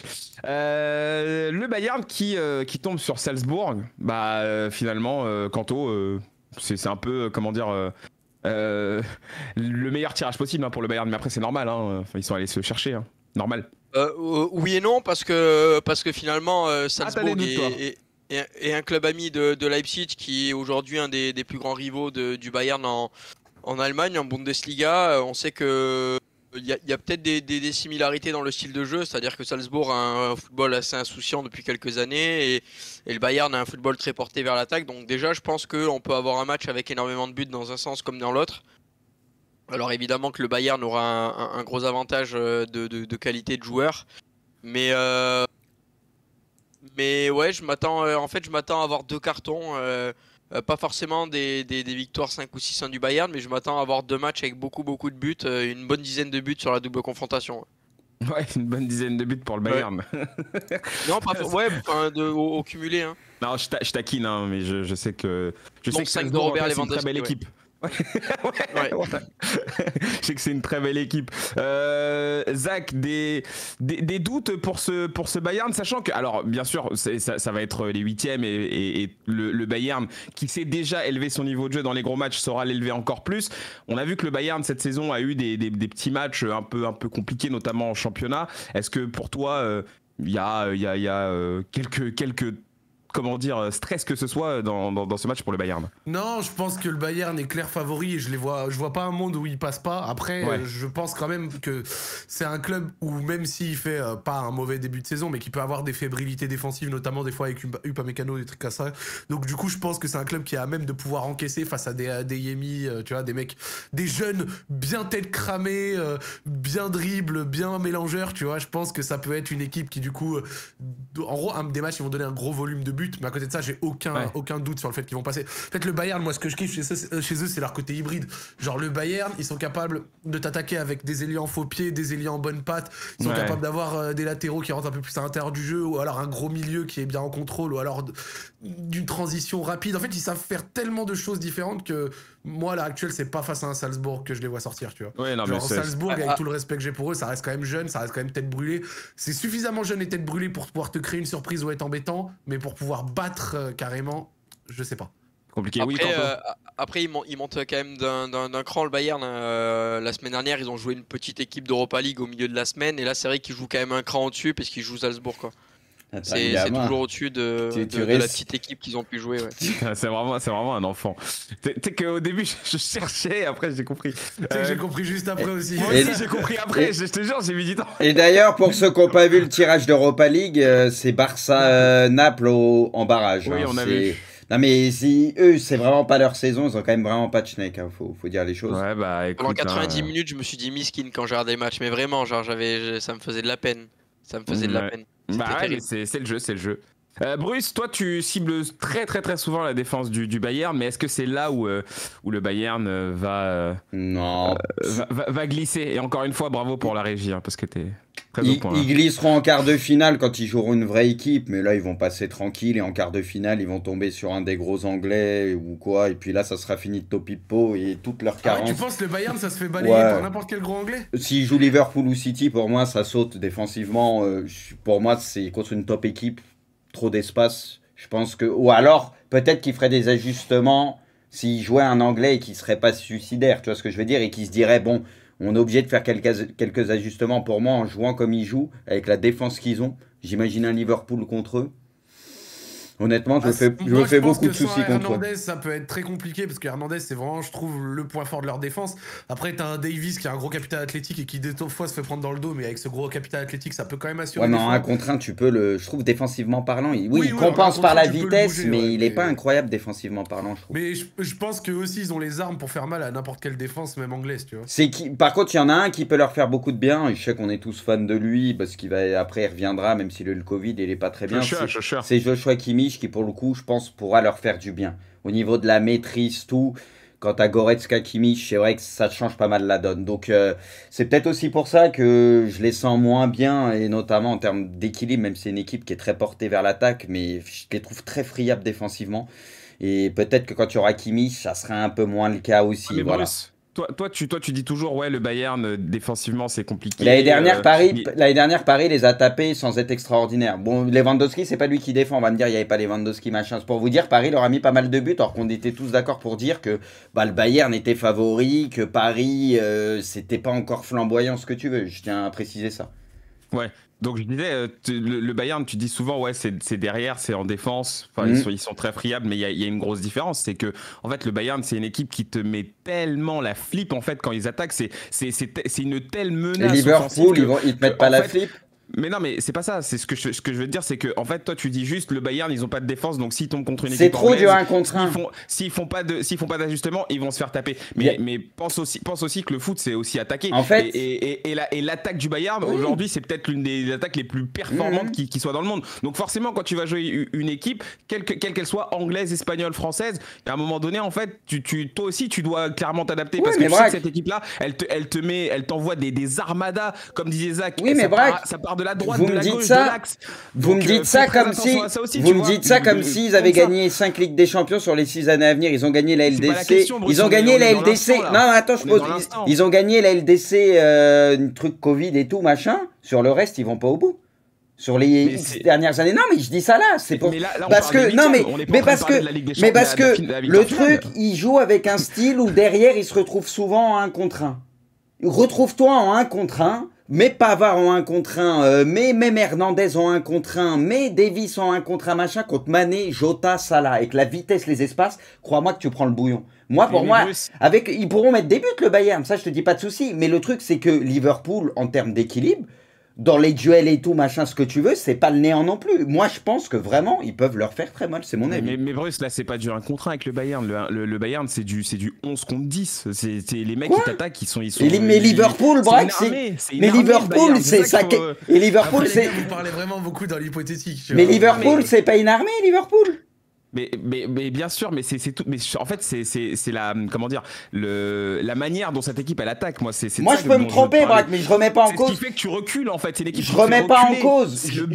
Mais Braque, je remets pas en cause le niveau offensif, ce que tu veux, du Bayern. Pas de souci, c'est très fort, y a rien à dire. C'est juste mais moi, je vois un monde où tu joues Liverpool, par exemple, où Liverpool va essayer d'être un minimum costaud. On sait leur qualité de contre, etc. Ils auront énormément d'opportunités pour leur faire très mal. Ouais, ça s'entend total. Enfin, ouais, ça me paraît logique, complet. C'est ça, en fait, que je veux dire. Et du coup, à ce petit jeu-là, je les sentirais en grande difficulté par rapport, par exemple, à Liverpool. Pour moi, Liverpool, c'est l'anti-équipe Bayern. Après, ça veut pas dire qu'il y a le match et que 100% le Bayern passe. C'est deux grosses équipes tranquilles. Mais comme ça, tu me demandes la tendance. Moi, je vois Liverpool supérieur au Bayern dans ce match-up. C'est tout, c'est mon avis. Ok. Mais après, pour ce 8e de finale, je vois le Bayern tranquille. Tu vois, sans souci sur les 2 matchs, notamment chez eux. Voilà. Ok. Bon, écoutez, on avance sur le prochain match. Sporting City. Bon, là, c'est pareil, c'est un peu les matchs où je pense qu'on sera tous d'accord pour dire que quoi qu'il arrive, le Bayern et City passeront. Quant aux Zach, là, il n'y a pas trop de doute en vrai. Non, le Sporting, c'était, enfin, c'est pas terrible pour eux, mais en gros, le Sporting passe parce que c'est quand même une équipe qui a réussi à se qualifier dans une poule pas ultra simple non plus. Donc, je dirais que, enfin, pas ultra simple. En gros, ils ont dû manœuvrer face à Dortmund et ils ont gagné correctement face à Beşiktaş, tu vois. Et après, t'as dû jouer un Ajax qui était en feu. Mais là où je veux en venir, c'est que pour moi, ils passent d'une Juve qui est quand même pas terrible, hein, et qui à minima ces dernières années sort face à 3 équipes qui ont un calibre en dessous, notamment ne serait-ce que Porto l'année dernière. Donc je pense que tu pouvais avoir un éventuel espoir face à eux, face à un City qui à l'heure actuelle, je vais pas dire qu'ils sont au sommet de leur art parce qu'ils se sortent de la merde face à Wolverhampton grâce à un vieux penalty, mais à l'heure actuelle, City, tout le contrôle qu'ils ont et tout le jeu qu'ils arrivent à déployer, et vraiment le contrôle qu'ils arrivent à apporter dans les parties pour essayer d'encaisser le moins d'occasions possible, je trouve ça fabuleux, tout en réussissant toujours à attaquer correctement avec 9 et sans 9, c'est simple. Quand ils réussissent à contrôler parfaitement leur game, personne ne dit rien, et puis quand ils réussissent un peu moins, ou quand ils ont un peu moins de réussite, ou quand leurs offensifs ratent un peu plus, ah mais ça manque d'un 9, ils pourront pas jamais jouer sans 9. Moi je trouve que jouer sans 9 ça t'apporte beaucoup de bienfaits. Mais dès qu'ils font jouer Gros Molleton, ça part en vrille. Ils ont fait jouer Gros Molleton. Ça a également son lot de défauts de jouer sans 9, mais je pense pas que tout s'explique par ça chez City. Je mettrais juste une réserve, une seule, c'est que l'année dernière contre Dortmund, je pensais que City passerait facile, et ils ont eu leur lot de difficultés face à Dortmund l'année dernière. Après, le Dortmund l'année dernière est peut-être meilleur que le Sporting de cette année, mais ce sera peut-être pas si détente que ça. Ok. C'est quoi ton problème avec Grealish, Bruce? En fait, j'ai rien contre lui en soi, mais je comprends pas Pep comment il peut prendre un joueur comme ça et mettre autant sur un joueur comme ça, une énigme. Mais on a toujours dit qu'il fallait dissocier le prix de la qualité du joueur. On sait très bien que le prix ne veut plus rien dire aujourd'hui. Quand t'es City et que t'as cet effectif, même sur le banc, t'as meilleur que Grealish. C'est pour ça, je comprends pas l'achat d'un joueur comme Jack Grealish et tout. C'est fou quand même ça. Je comprends. Dès qu'il joue, City est moins fort, je trouve, c'est un fait. Mais là, en fait, si tu veux, il y a des fois où il a joué ces derniers matchs, c'était plutôt pas si mal que ça. Mais là, le dernier match, là, il s'est retrouvé dans des configurations du début de saison où il était vraiment pas bon. Genre à des moments à devoir percuter un peu sur le côté, etc. Alors qu'il est là avec ses chaussettes basses et tout, son petit slip, ça passe pas. Ça passe pas. Avec ses gros molletons, ouais, vraiment. Non, mais le gars n'a pas le capital. Non, mais le gars n'a pas. Grealish aussi. Non, je suis pas un anti-Grealish, mais c'est pas les configurations qu'il préfère. C'est pas les configurations dans lesquelles il va briller, en fait, si tu veux. Genre, c'est pas un mec, c'est pas un mélangeur, c'est pas Kingsley Coman, c'est pas un gars qui a le capital athlétique. Après, t'en attends pas ça, mais quand tu le fous sur le côté, à des moments, j'ai du mal à voir ce qu'il veut en faire Pep, tu vois. Peut-être qu'il veut en retrouver ce que je disais au début de saison, peut-être une idée, peut-être pour une utilisation similaire. Alors, je dis pas que c'est la même chose. Il est résigné, Pep, là, Zach. Mais non, mais j'imaginais peut-être une utilisation peut-être similaire à un David Silva, tu vois, sans dire que c'est il est allé loin, là. Là, il est allé loin. Non, c'est pas un joueur de côté pour moi. Oui, mais... Non, mais regarde, Zach, Pep, là, il est en train de se forcer encore à essayer machin d'y croire. Mais la vérité, je pense que même lui, là, il Il a compris que voilà. Ou alors il pourrait évoluer sur le côté, mais un peu comme un Bernardo, quand de temps en temps il fait du dépassement de Il est fonction, trop prévisible, moi je trouve. Il est trop mais à côté prévisible. de ça, ouais, j'aime pas trop. Moi, et je donc, pense. Pour en revenir sur le match, je me permets, je pense que City passe, mais attention, le Sporting, je pense qu'ils ont les armes pour peut-être les déranger un petit peu. Juste, je pense que City, le fait d'avoir fait finale de LDC l'année dernière, ce qui est quand même respectable, ça les a peut-être un petit peu désinhibés vis-à-vis de ce gros objectif d'être réussi à aller une fois en finale. Ça va peut-être un peu moins les complexer. Parce que l'année dernière, face à Dortmund, j'ai senti à des moments les chocottes. Moi, juste pour finir sur Grealish, je pense vraiment qu'il. Enfin, peut-être que dans les années à venir, les mois à venir, il me prouvera le contraire, mais je pense que la marche est un peu trop haute pour City. Tu vois, il y a quelqu'un qui disait sur le chat Arsenal ou quoi, tu vois. Je pense qu'un club comme ça aurait été bien peut-être pour lui et pour Arsenal et lui. Je pense pas. Moi, je le vois pas titulaire dans les tops équipes européennes. Je parle le meilleur, tu vois. Les meilleures équipes, City en fait partie. Honnêtement, pour moi, il est dans la catégorie en dessous. En tout cas, pour le moment, peut-être dans quelques temps, bah voilà. Le jour où il explosera vraiment, hein, mais toi, tes Anglais, ils doivent gagner la Coupe du Monde et l'Euro tous les 2-4 ans. C'est bon, Braque. T'inquiète pas. Avec tous tes Anglais, toi on sait que tes Anglais c'est tous les meilleurs joueurs du monde. Si j'ai envie de faire un parallèle, vite fait un parallèle sans dire que c'est exactement la même chose, Bernardo Silva dans ses 4 premiers mois à City, il joue pas beaucoup non plus. Ouais mais Bernardo il a du génie. Bernardo il a du génie, ça n'a rien à voir. Il met un peu de temps pour intégrer le logiciel. Non, Bernardo il a une prise de balle, il a un QI football, ce que tu veux. Bernardo tu le sens dès qu'il touche le ballon, c'est autre chose que Grealish. Non, mais bien sûr, c'est pas pour dire que Bernardo est pas meilleur, mais la question, je veux dire, c'est que Bernardo lui-même, avec toutes les qualités qu'on lui décrit, c'est tout début à City, il avait un peu plus de mal et il met du temps à être bien intégré, tu vois. Et après, une fois qu'il a été intégré dedans, bah, ça a foncé. Donc, j'essaie de faire des suppositions, un monde où peut-être plus tard il va performer correct. Ça se trouve, Grealish, dans 2 ans, il est ballon d'or et je vois flou, hein. Imagine Grand Malton avec le ballon d'or, frac. C'est heureux, non? Si ça arrive, je te ferai une pancarte 13 décembre 2021, voilà, avec ce que t'as dit aujourd'hui, mais bon, c'est pas grave. Clark Kent, bon, je pense que de toute façon, toi, c'est pareil, hein, tu vois City aussi, je suppose. Avançons sur ce Benfica-Ajax, Benfica qui finalement, je sais pas si c'est forcément un cadeau, parce que tu tombes quand même contre l'Ajax qui, cette année, semble avoir retrouvé de très très belles couleurs. Bon, tu t'en sors quand même, parce que t'avais le Real à la base. Toi, tu vois quoi sur ce match-là, toi? Bah plutôt l'Ajax qui va nous faire un bis repetita du parcours qu'ils ont fait il y a quelques années où ils s'étaient fait un peu pied derrière. Mais j'ai l'impression qu'on retrouve une Ajax à la fois solide au milieu de terrain et une Ajax séduisante dans le secteur offensif. On le voit avec un Haller qui d'ailleurs a égalisé le record de Cristiano Ronaldo, avec un Anthony qui a un véritable feu follet. Et voilà, moi ce que j'ai vu en Europe de l'Ajax m'a bien séduit, même si Zach l'a dit tout à l'heure quand il a parlé du Sporting, il y avait une équipe de Beşiktaş qui était quand même en difficulté, une équipe de Dortmund qui a dû composer en majeure partie sans le GOAT et le cyborg Erling Haaland, et une équipe. Mais toi, t'as combien de GOAT, toi, Kanto, putain? Bah, Haaland, c'est le GOAT. Mais il y a les Lewandowski, ton GOAT, t'as dit avant. Bah oui, mais Lewandowski. Ah, toi, c'est comme les équipes, t'en as plusieurs. Hein. Bah évidemment, tu peux aimer Lewandowski et Haaland, ça c'est une évidence. Oui, mais le GOAT, il y en a qu'un normalement. T'es toujours en train de lécher la boule droite à Messi. J'ai le droit moi aussi d'avoir mon cornet double boule. Oui, mais lui il en a 7 pendant que Levan il recherche sa première boule. Qu'est-ce que je te dis? Moi, c'est comme ça, Kanto. Ah ouais, j'ai pas le droit d'avoir mon petit cornet de boule pendant qu'un mec se paye ce luxe sans arrêt, quoi. Sérieux, on est où? Oui, mais toi, ce que je te reproche, c'est que t'as 10 clubs, t'as 3 GOAT et un GOAT, il y en a qu'un, Kanto. Choisis Levan, Haaland, machin, c'est là le problème. Le futur GOAT, Haaland, ça sera le meilleur joueur du monde. Tu bouffes à tous les râteliers, toi. Haaland, ça sera vraiment le meilleur joueur du monde pendant les prochaines années, sauf si vraiment il y a un jeune qui arrive, un jeune cyborg, mais Haaland, j'ai du mal à savoir comment ça ne sera pas le GOAT tôt ou tard, quoi. Ça le saura. Mais en réalité, moi, ce que j'aime bien à l'Ajax, pour continuer sur ça, c'est que ils ont l'air d'être toujours aussi forts collectivement, et ils ont réussi à avoir, t'as l'impression, une génération qui est encore bonne. T'as des Gravenberch, etc., qui est bon, mais t'as aussi ce qu'il y a d'expérience pour pouvoir accompagner tout ça.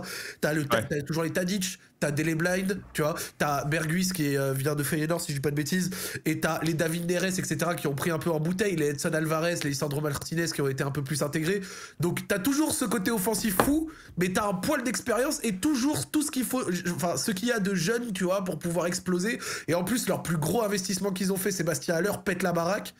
Ouais. Franchement, c'est propre, hein. C'est très propre l'Ajax. Hein. Je les vois. En gros, ils ont, tu vois, les Gravenberch, les Anthony, les mecs comme ça pour envoyer. Les Alvarez, les Martinez qu'ils ont achetés après les départs de De Ligt, De Jong, maintenant ça fait 2-3 ans qu'ils sont là, donc ils ont enfin un peu plus de bouteilles. T'as ce qu'il faut d'expérience, t'as les Blind, les Bergus, les Tadic. T'as Sébastien Haller qui a été leur gros investissement qui confirme aussi. Pas mal, franchement, sur le papier, avec en plus du collectif solide et toujours une philosophie de jeu forte. Je trouve que ça a de la gueule, pour de vrai. Ouais, non, c'est mignon. Après, moi, personnellement, dans mon esprit, j'ai un peu du mal à croire qu'ils feront une Ajax bis par rapport à ce qu'ils ont fait il y a quelques temps. Je suis pas convaincu. Je vois très bien ce que vous voulez dire. Ils ont une porte ouverte pour aller au moins. Non, mais l'écart, ouais. Je pense qu'ils ont une très belle équipe, mais je pense pas qu'ils passeront un gros comme ils ont pu le faire la dernière fois contre le Real et tout. Enfin, j'y crois pas trop. Toi, t'en penses quoi, toi, Bruce? Bah, tout dépend de qui ils joueront, mais je pense qu'ils seront très casse-couilles à sortir sur 2 matchs. Parce que, comme vous l'avez dit, c'est une équipe qui se pose pas de questions, qui joue, qui s'en bat les reins. Il y a de tout, comme l'a dit Zach, il y a de l'expérience, il y a des jeunes qui cassent la baraque. Je veux dire, les Anthony, etc. Je veux dire, lui, il est quand même assez insaisissable. Il fait tellement de diff. Franchement, ils ont vraiment tout pour casser les couilles, moi, je trouve, à beaucoup d'équipes. Peut-être pas toutes, mais beaucoup d'équipes. Donc, moi, comme vous, je les vois passer le 8e de finale. Et après, bah, s'ils ont un tirage où ils arrivent à éviter peut-être les 3 meilleures équipes ou ce que tu veux, 3-4 meilleures équipes, bah, il y a un monde où ils ont une chance d'aller en demi, quoi, pour moi. Donc, non, c'est... Si tu joues le vainqueur d'Atlético Manchester United ou de Villarreal Juventus, par exemple, je pense que t'es pas mort avant le match. Quoi. Ouais, non, ils sont là. Hein. Moi, je dis, ils ont à quoi jouer. Hein. Et après, imagine, t'es en demi, on sait comment ça se passe. Hein. Ça peut aller très vite derrière, t'es pas loin de la fin. Bon. Moi, je pense qu'ils peuvent frapper n'importe qui. Ouais. Même un gros.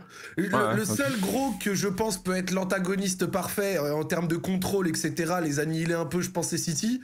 Mais sinon, je pense qu'ils peuvent taper n'importe qui. Je les vois bien taper un gros avec quelques carences défensives comme un Bayern. Après, un Bayern offensivement, c'est absolument la furia, mais je les vois bien taper même un Bayern, même un Real, même un PSG.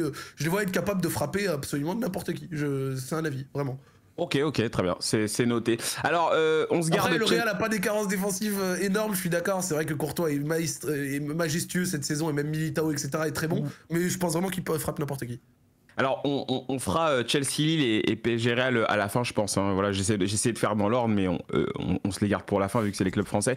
On passe direct à Atlético United. Donc, United qui était censé jouer le PSG à la base. Cristiano contre l'Atlético, ça rappelle des souvenirs. Ah oui, il aime bien les croisés. Je te laisse la main là. Qu'est-ce qui va se passer pour toi dans ce match-là, sachant que United, finalement, la Ligue des Champions va être quand même très importante pour eux cette année, vu que ça semble assez compliqué en championnat. Bah non, mais on sait que Cristiano, il aime beaucoup l'Atlético, il leur a fait souvent très très mal. Peu importe où il jouait, tout le temps il leur a fait mal, donc on sait qu'il y a un petit passif entre Atlético, Cholo et Cristiano. Donc honnêtement, l'Atlético, je les enterrais complètement parce que pour moi, ça avait été l'équipe la plus mauvaise du groupe avec Milan, Porto et Liverpool, donc c'était le groupe. Pour moi, je leur donnais quasi aucune chance de passer, je les voyais pas battre Porto par exemple, parce qu'ils avaient vraiment été mauvais. Et pour le coup, bah après, c'est l'Atlético, ça bouge pas, c'est une équipe qui est... C'est pas qu'ils sont impronosticables, mais on l'avait vu aussi en Ligue des Champions quand ils avaient sorti Liverpool il y a pas si longtemps, tu vois, après les poules, alors qu'on le sentait peut-être pas trop cet Atlético-là. C'est une équipe qui est capable de tout. Voilà. Alors après, c'est une équipe qui souvent est pas belle à voir jouer ce qu'on veut, mais c'est vrai qu'ils sont casse-couilles à jouer. Donc honnêtement, ce match-là, pour moi, il y a impronosticable. J'ai juste hâte de voir Cristiano face à l'Atlético parce que tu sais qu'il va se passer pas mal de choses. Mais après, honnêtement, pour moi, c'est impronosticable. L'occasion d'éliminer 3 fois l'Atlético avec 3 différents clubs, quelqu'un me l'a dit dans mon chat cet après. Ouais, c'est ça, ouais. C'est pour ça, avec la Juve, avec le Real et tout, il les aime bien, il a l'habitude, mais bon, il y a un moment, les séries, c'est fait aussi des fois pour se terminer, donc pour se finir. Donc ouais, franchement, non, mais ça va être incroyable, je pense. Après, United, c'est suffisamment, tu vois, on va dire, irrégulier pour être capable de se faire taper par... même dans sa poule, ils ont eu leur lot de difficultés. Ils ont été nuls. Mais maintenant qu'ils ont changé de coach, qu'ils ont Ralf Rangnick, qu'ils vont peut-être prendre un plus gros pour l'année d'après et tout, ça peut être un United un peu plus libéré, un peu plus tranquille. Après, même contre Norwich, hier, j'ai pas été, on va dire, hyper convaincu offensivement, donc faut voir. Mais l'Atleti, je les trouve particulièrement pauvres. Hier, contre le Real, ils se font museler total. Ouais, et là, en tant que champion en titre, alors qu'ils ont perdu quasi personne et qu'ils ont eu que des recrues, ils sont à 13 points avec un match en moins. l'Atlético cru de cette saison, c'est vraiment pas terrible. En plus, ils ont eu leur lot de victoires ou de nuls à la dernière minute. Bon, ils s'en sont pris une également de clim à la dernière minute, mais l'Atlético cette année, il y a toujours ce côté peut battre n'importe qui. Ils peuvent sortir un United qui eux-mêmes sont putain d'irréguliers, mais je les sens pas bien, moi. Je pense qu'ils se font taper. Non, la grosse différence, moi en tout cas, que je vois avec l'Atlético, enfin c'est même pas la grosse différence, mais c'est que sur les dernières années, en fait, je vois pas trop l'évolution. Ils ont essayé de recruter des joueurs, ils ont essayé voilà, ils ont fait revenir Carrasco par exemple. Bah, il y a Griezmann qui est revenu. Oui, mais en fait, je vois pas l'évolution, je vois pas cette Ils ont fait revenir Griezmann, ils ont pris De Paul et tout. Mais je vois, en fait, je ne vois pas de différence en fait. Cette équipe-là, j'ai l'impression que tu peux mettre n'importe qui. Mais avec Simeone, il n'y aura pas de diff. Hein. Mais c'est ça en fait. C'est pour ça. Et je sais pas en quoi. Alors soit tu fais de l'Atlético, tu fais comme d'habitude. Bah tu sors une équipe à l'arrache, tu marques un but à la 94e et là tu te qualifies parce que t'es l'Atlético et parce que on sait comment tu joues et ça passe. Mais je ne vois pas d'évolution en tout cas pour proposer autre chose et venir voilà. Tu vois, surprendre l'adversaire. S'il n'y a rien qui change en fait, même si tu changes les joueurs. De temps en temps, au début de saison, ils arrivent à être un petit peu débridés sur certains matchs, à essayer de montrer 2-3 trucs et tout. Mais après, ça revient toujours à l'essentiel de ce qu'ils savent faire, de la grosse solidité défensive. C'est ça en fait, c'est ça. Des gros tacles dans la boue et compagnie. Ça revient très vite au principe, surtout contre les gros. Surtout contre les gros. L'Atlético, genre, c'est une équipe qui, même si elle est championne d'Espagne, quand même, elle vient de remporter le championnat d'Espagne, c'est pas rien. Et ils ont gagné le championnat d'Espagne, mais pourtant, même si celui-ci a perdu en niveau, t'as toujours ce sentiment que face à des grosses équipes, ça joue toujours petit bras complexé. Et ça, c'est un truc qui m'emmerde avec eux. Alors que même il y a 5-6 ans, ils sont sortis des Bayern et tout. Ils ont fait des finales de LDC, c'est propre. Mais j'ai toujours ce sentiment avec cette équipe. Mais à l'époque, il y avait plus ou moins la surprise. À l'époque, l'Atlético, voilà, c'est pas. Ils étaient installés, Braque. Au début, la surprise. Après, ils ont refait finale quelques années après. Je te dis. Ils étaient tout. Ouais, mais c'était déjà plus la surprise, mais ils étaient là. Oui, mais sur cette époque-là, je veux dire, tu sais qu'ils étaient dans une sorte de forme, dans une sorte de prime de leur style de jeu. Aujourd'hui, je trouve que c'est un style de jeu qui est un peu désuet, tu vois. Ça fait plus vraiment peur parce qu'en fait, tu sais à quoi t'attendre. Donc finalement, c'est ça en fait que moi je reproche à Simeone, et je pense qu'on reproche tous, c'est ce truc de jamais vouloir se réinventer, de jamais vouloir se remettre en question. Donc voilà, c'est pour ça que je les vois pas tellement aller loin quoi. Ouais, mais Manchester, ils sont éclatés depuis le début de saison aussi. Oui. C'est pour ça que c'est un match où pour moi tu vois, si c'est un match un peu qui tourne en mode Vislar ou ce que tu veux, dans un faux rythme, bah l'Atlético, ils ont des chances de niquer Manchester, tu vois. Et Manchester, c'est spécial cette année. Alors après, il y a changement de coach. Cette année, ils sont très spé. Ouais, il y a changement de coach. On verra ce que ça va donner dans 1 mois et demi, 2 mois. Mais la vérité, en tout cas, tu fais le match à l'heure actuelle. C'est un match tellement bancal, et si c'est un match bancal, bah, j'aurais tendance à plus partir côté du coup Atlético, ce qu'ils aiment les matchs bancals, donc c'est ça le truc quoi. Anto, Atleti ou United? Sincèrement, sur ce match, c'est compliqué parce que c'est deux équipes qui sont capables de n'exprimer absolument rien. J'ai l'impression que c'est le sentiment qu'on a avec cet Atlético où on sait jamais trop où ça va, et c'est le sentiment qu'on a aussi avec cette équipe de Manchester où on a le sentiment qu'ils peuvent accrocher n'importe qui, mais qu'ils peuvent perdre n'importe qui. Il y a des matchs où ils ont aucun fond de jeu.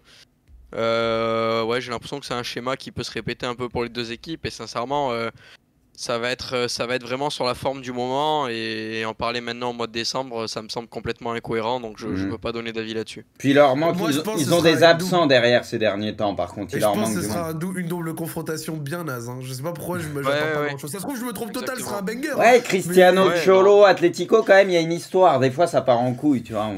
Pourquoi pas.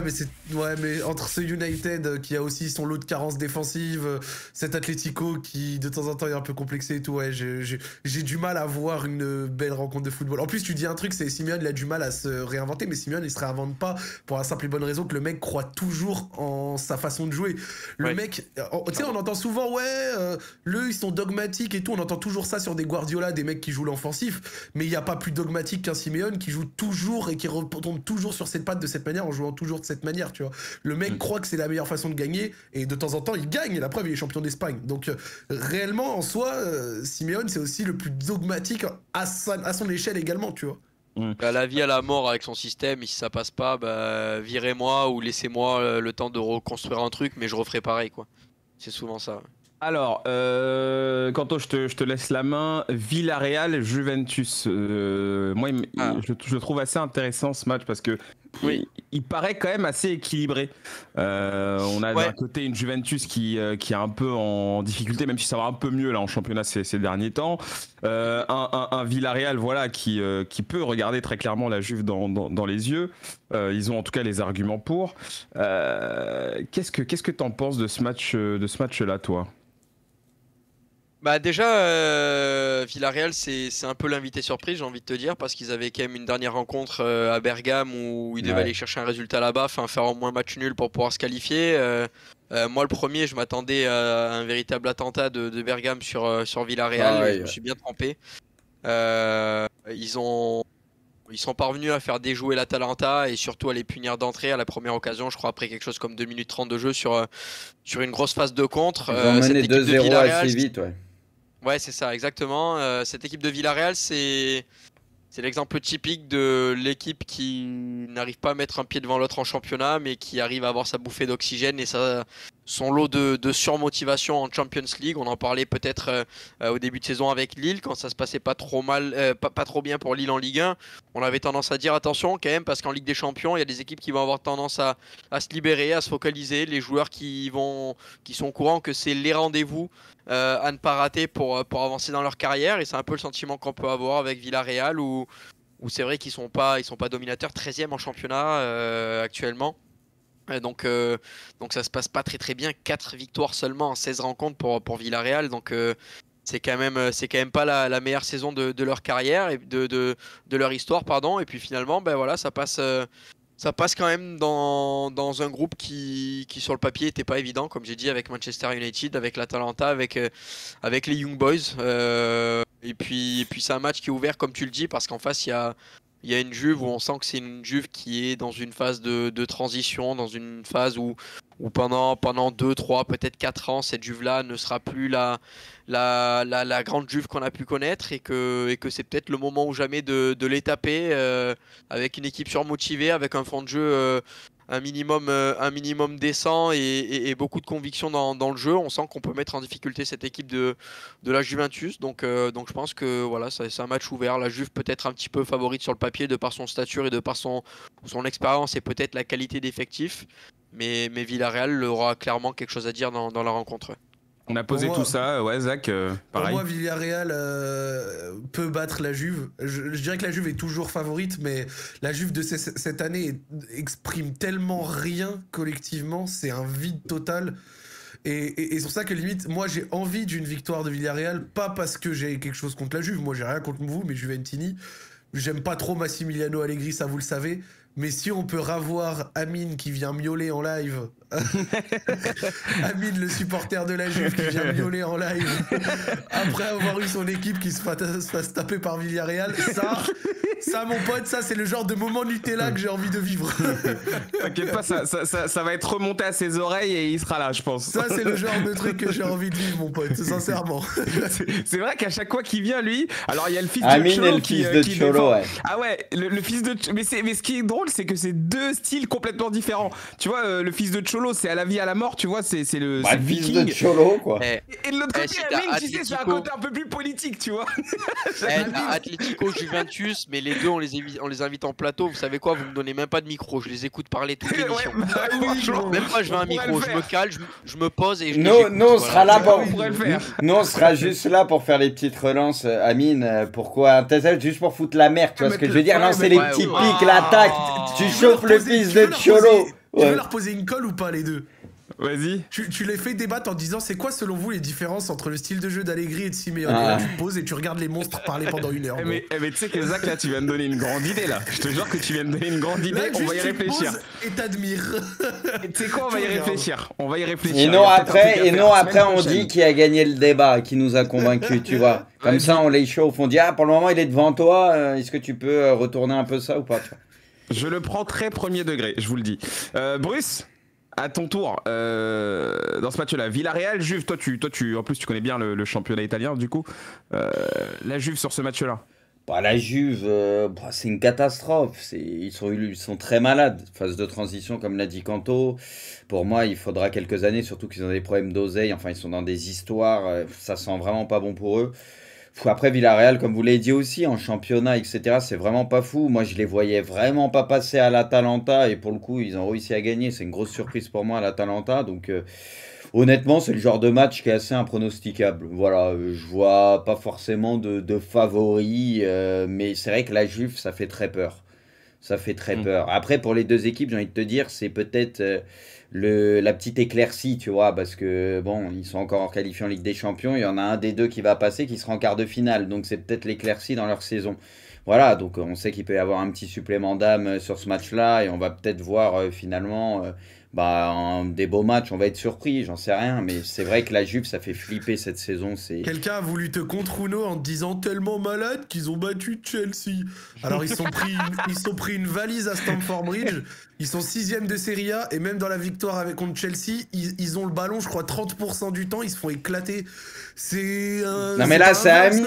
Mais ce que je veux dire c'est que c'est Amine. Ça peut battre Villarreal et ça le battra peut-être, mais genre vouloir te contredire en te disant mais pourtant ils ont battu une fois Chelsea en 0. Non mais là c'est Amine sous un deuxième compte qui vient de poster, t'inquiète. C'est Amine. Amine, on t'a reconnu. On t'a vu, cousin. Ouais, on avance. Inter-Liverpool. Ah, j'aime beaucoup cette rencontre. Franchement, j'aime beaucoup ce match. L'Inter, là, qui est redevenu patron du Calcio. Liverpool, on en parle depuis le début, mais c'est le grand retour du grand Liverpool. Là, on a vraiment une très, très belle confrontation. Si je dis pas de bêtises, deux équipes qui se sont jouées en plus l'année dernière, hein, je crois en poule, hein, ou je sais plus, c'était quand ils se sont joués, Liverpool et l'Inter, non? J'ai petit trou de mémoire là. C'est possible, mais je m'en rappelle plus. Non, c'était le Real, l'Inter. Ah non, c'est le Barça qui a joué. L'Inter, c'était avec le Real, non? Je suis un ouf. Non, j'ai tripé. L'Inter et Liverpool, un très très beau match en tout cas. Ici, les gars.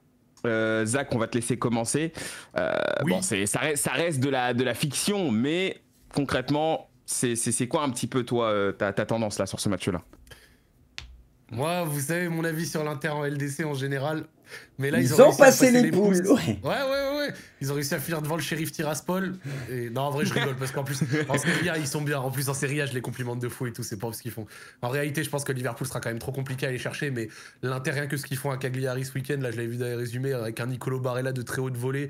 Et le travail qu'ils ont fait pour essayer de remplacer les départs et tout, ça passe vraiment très bien. Donc, je pense sincèrement que Liverpool, ça va être trop compliqué à aller chercher. Après, on sait pas, parce que dans 3 mois, à tous les coups, un ou deux blessés, un qui se casse à la canne ou un truc comme ça peut vraiment poser souci. Maintenant, à côté de ça, je vois quand même Liverpool un ton au-dessus. Franchement, je vois encore Liverpool un ton au-dessus. Ah oui, Barella sera suspendu, apparemment, ils disent le chat. C'est vrai, ça, c'est complicado. Oui, du coup, ça change un peu la donne. Quand tu connais l'importance du joueur, c'est vrai. Comme à Chalet, non? Oui, logiquement, ça allait, oui. Ah, c'est la double sanction, parce que du coup, tu vas devoir titulariser Gagliardini. Ça, c'est vraiment la double sanction. Ouais. Moi, je pense quand même que Liverpool va passer, mais que l'Inter va les déranger fort. Ok, d'accord. Très bien. Kanto? Eh ben, je ne pense pas comme Zach, parce que j'ai toujours cette vision de l'Inter que je n'arrive pas à mettre à jour, et j'ai toujours cette vision de l'Inter comme une équipe ultra instable, bien qu'elle le soit de plus en plus, et que j'ai l'impression que face à une équipe aussi organisée que Liverpool, c'est une équipe qui va prendre complètement l'eau.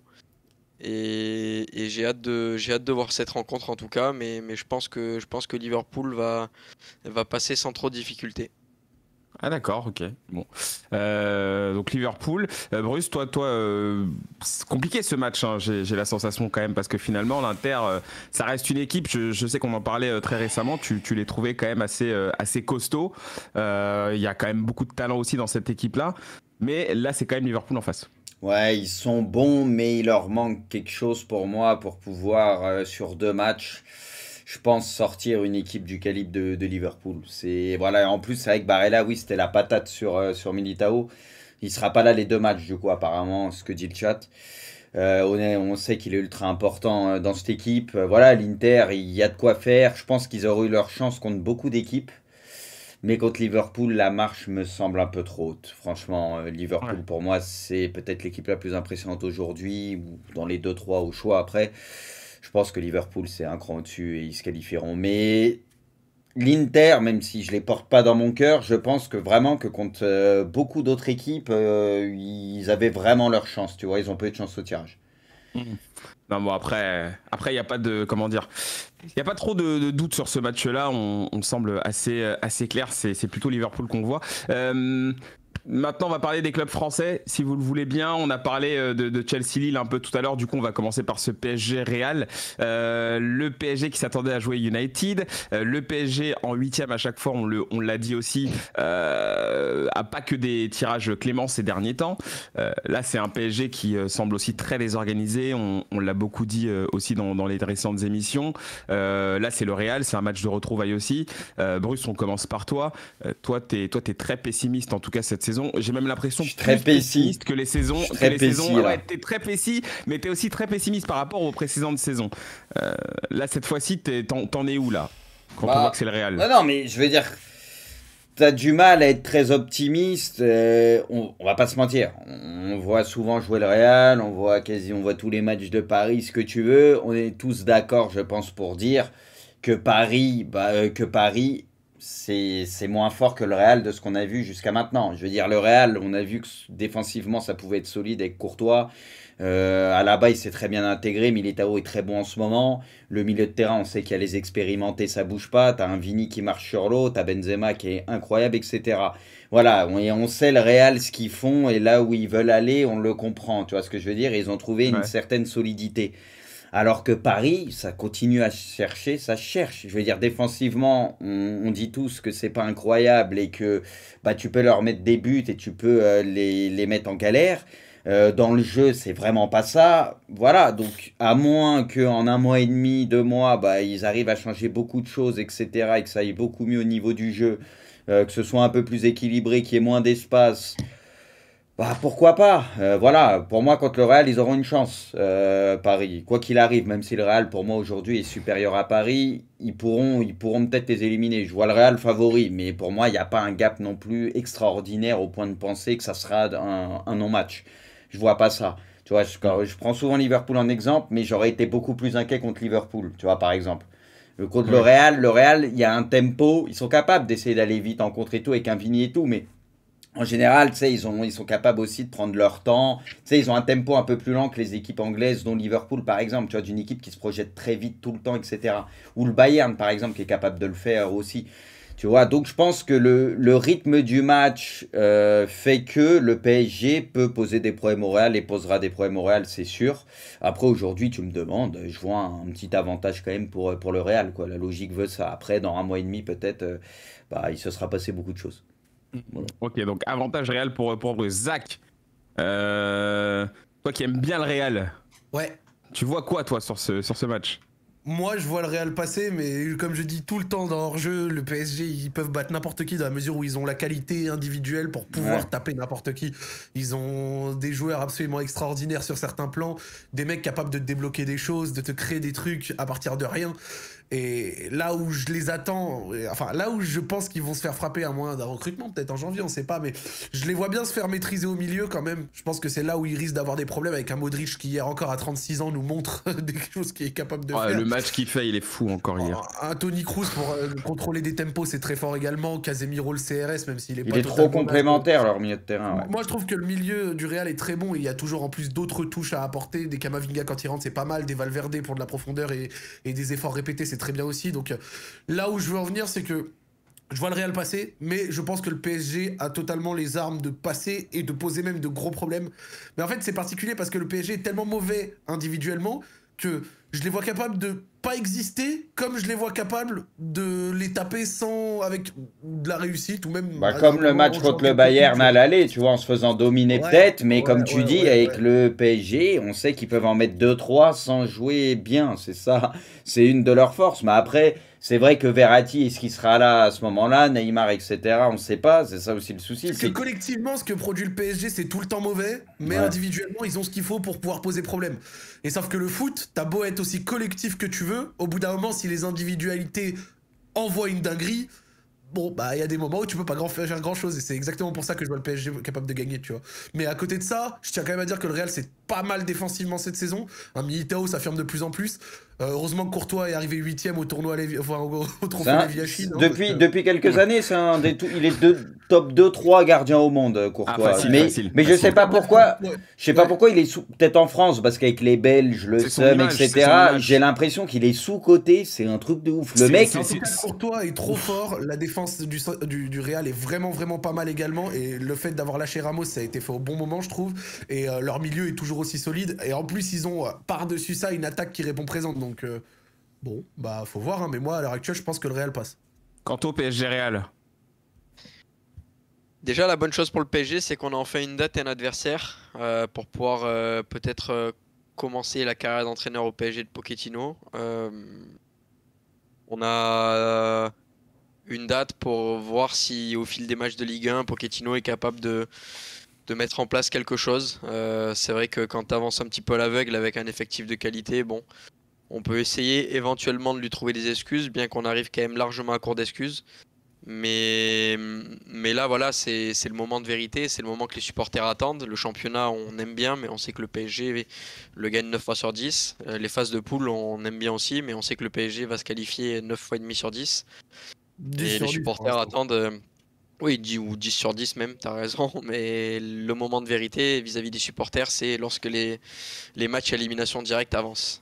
Le problème, c'est que la vérité d'aujourd'hui n'est pas la vérité de demain pour le PSG, parce que c'est une équipe qui est complètement irrégulière et que ça va dépendre, premièrement, je l'ai dit, du système de jeu mis en place par Pochettino, du respect de ce système par des joueurs et de la progression dans ce système de jeu qui aujourd'hui est proche du néant et très proche du zéro. Après, quand faut pas oublier que Messi il connaît très bien le terrain là-bas et c'est son jardin un peu, tu vois. Donc. Même en étant supporter du PSG, il me saoule en fait, tu vois. C'est pour te dire. Il faut mettre en avant que aujourd'hui, on ne sait pas l'état de forme dans lequel sera Neymar, même si apparemment avec sa blessure, il sera pas en grande forme parce qu'il va revenir à peu près à cette période-là, peut-être un petit peu avant. Mais on ne devrait pas avoir un Neymar en top forme.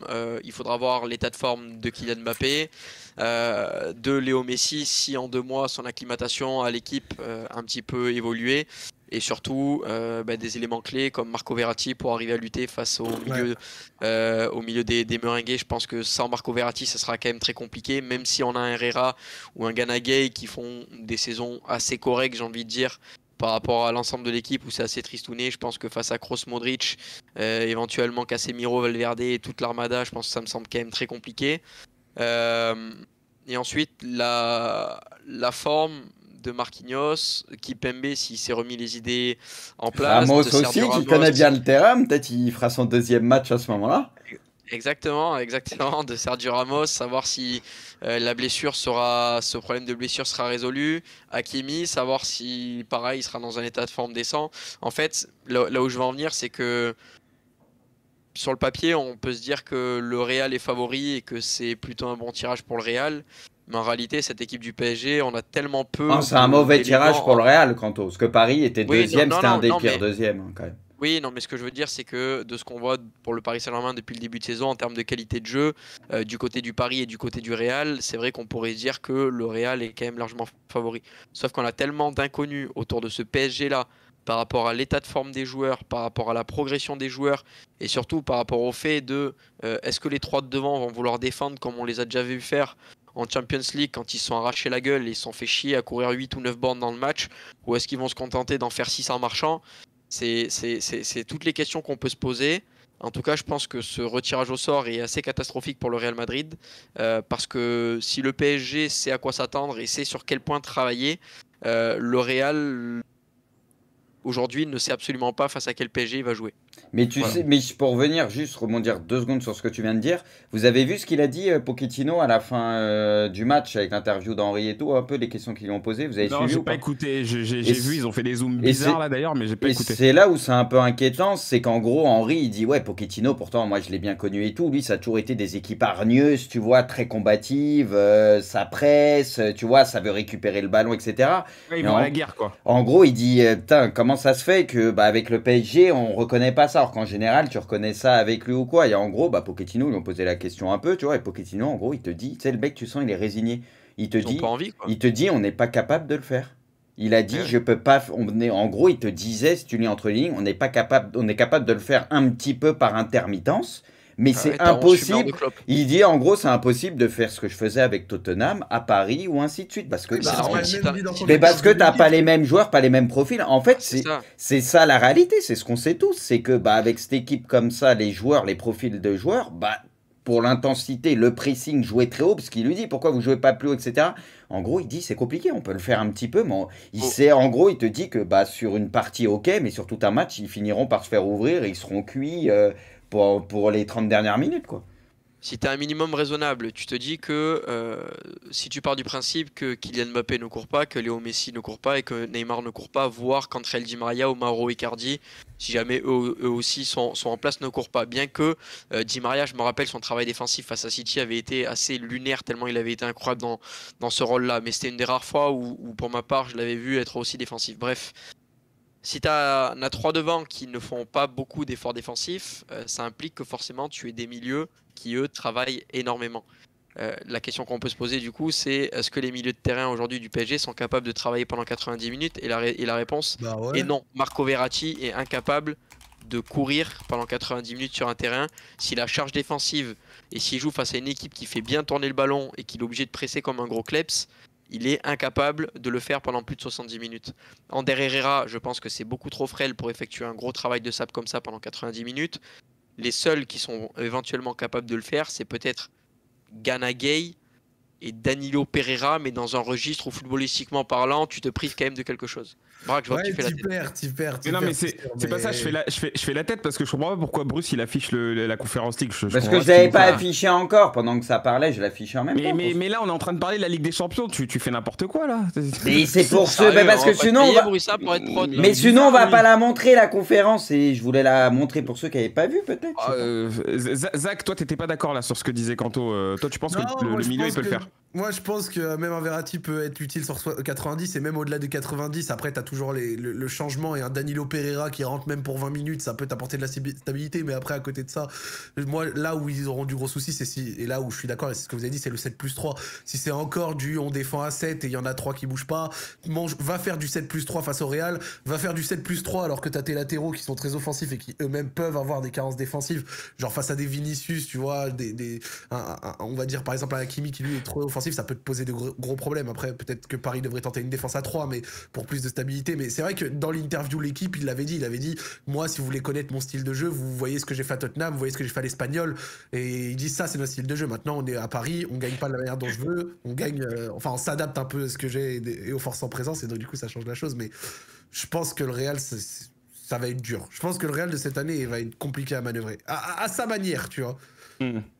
S'il n'y a pas de gros absents au Real, ça peut vraiment être compliqué, je pense. Mais pareil, il est capable de battre n'importe qui. Il y a un Messi, il y a un Mbappé qui t'envoie une folie. Ça peut. Même Militao en forme, etc.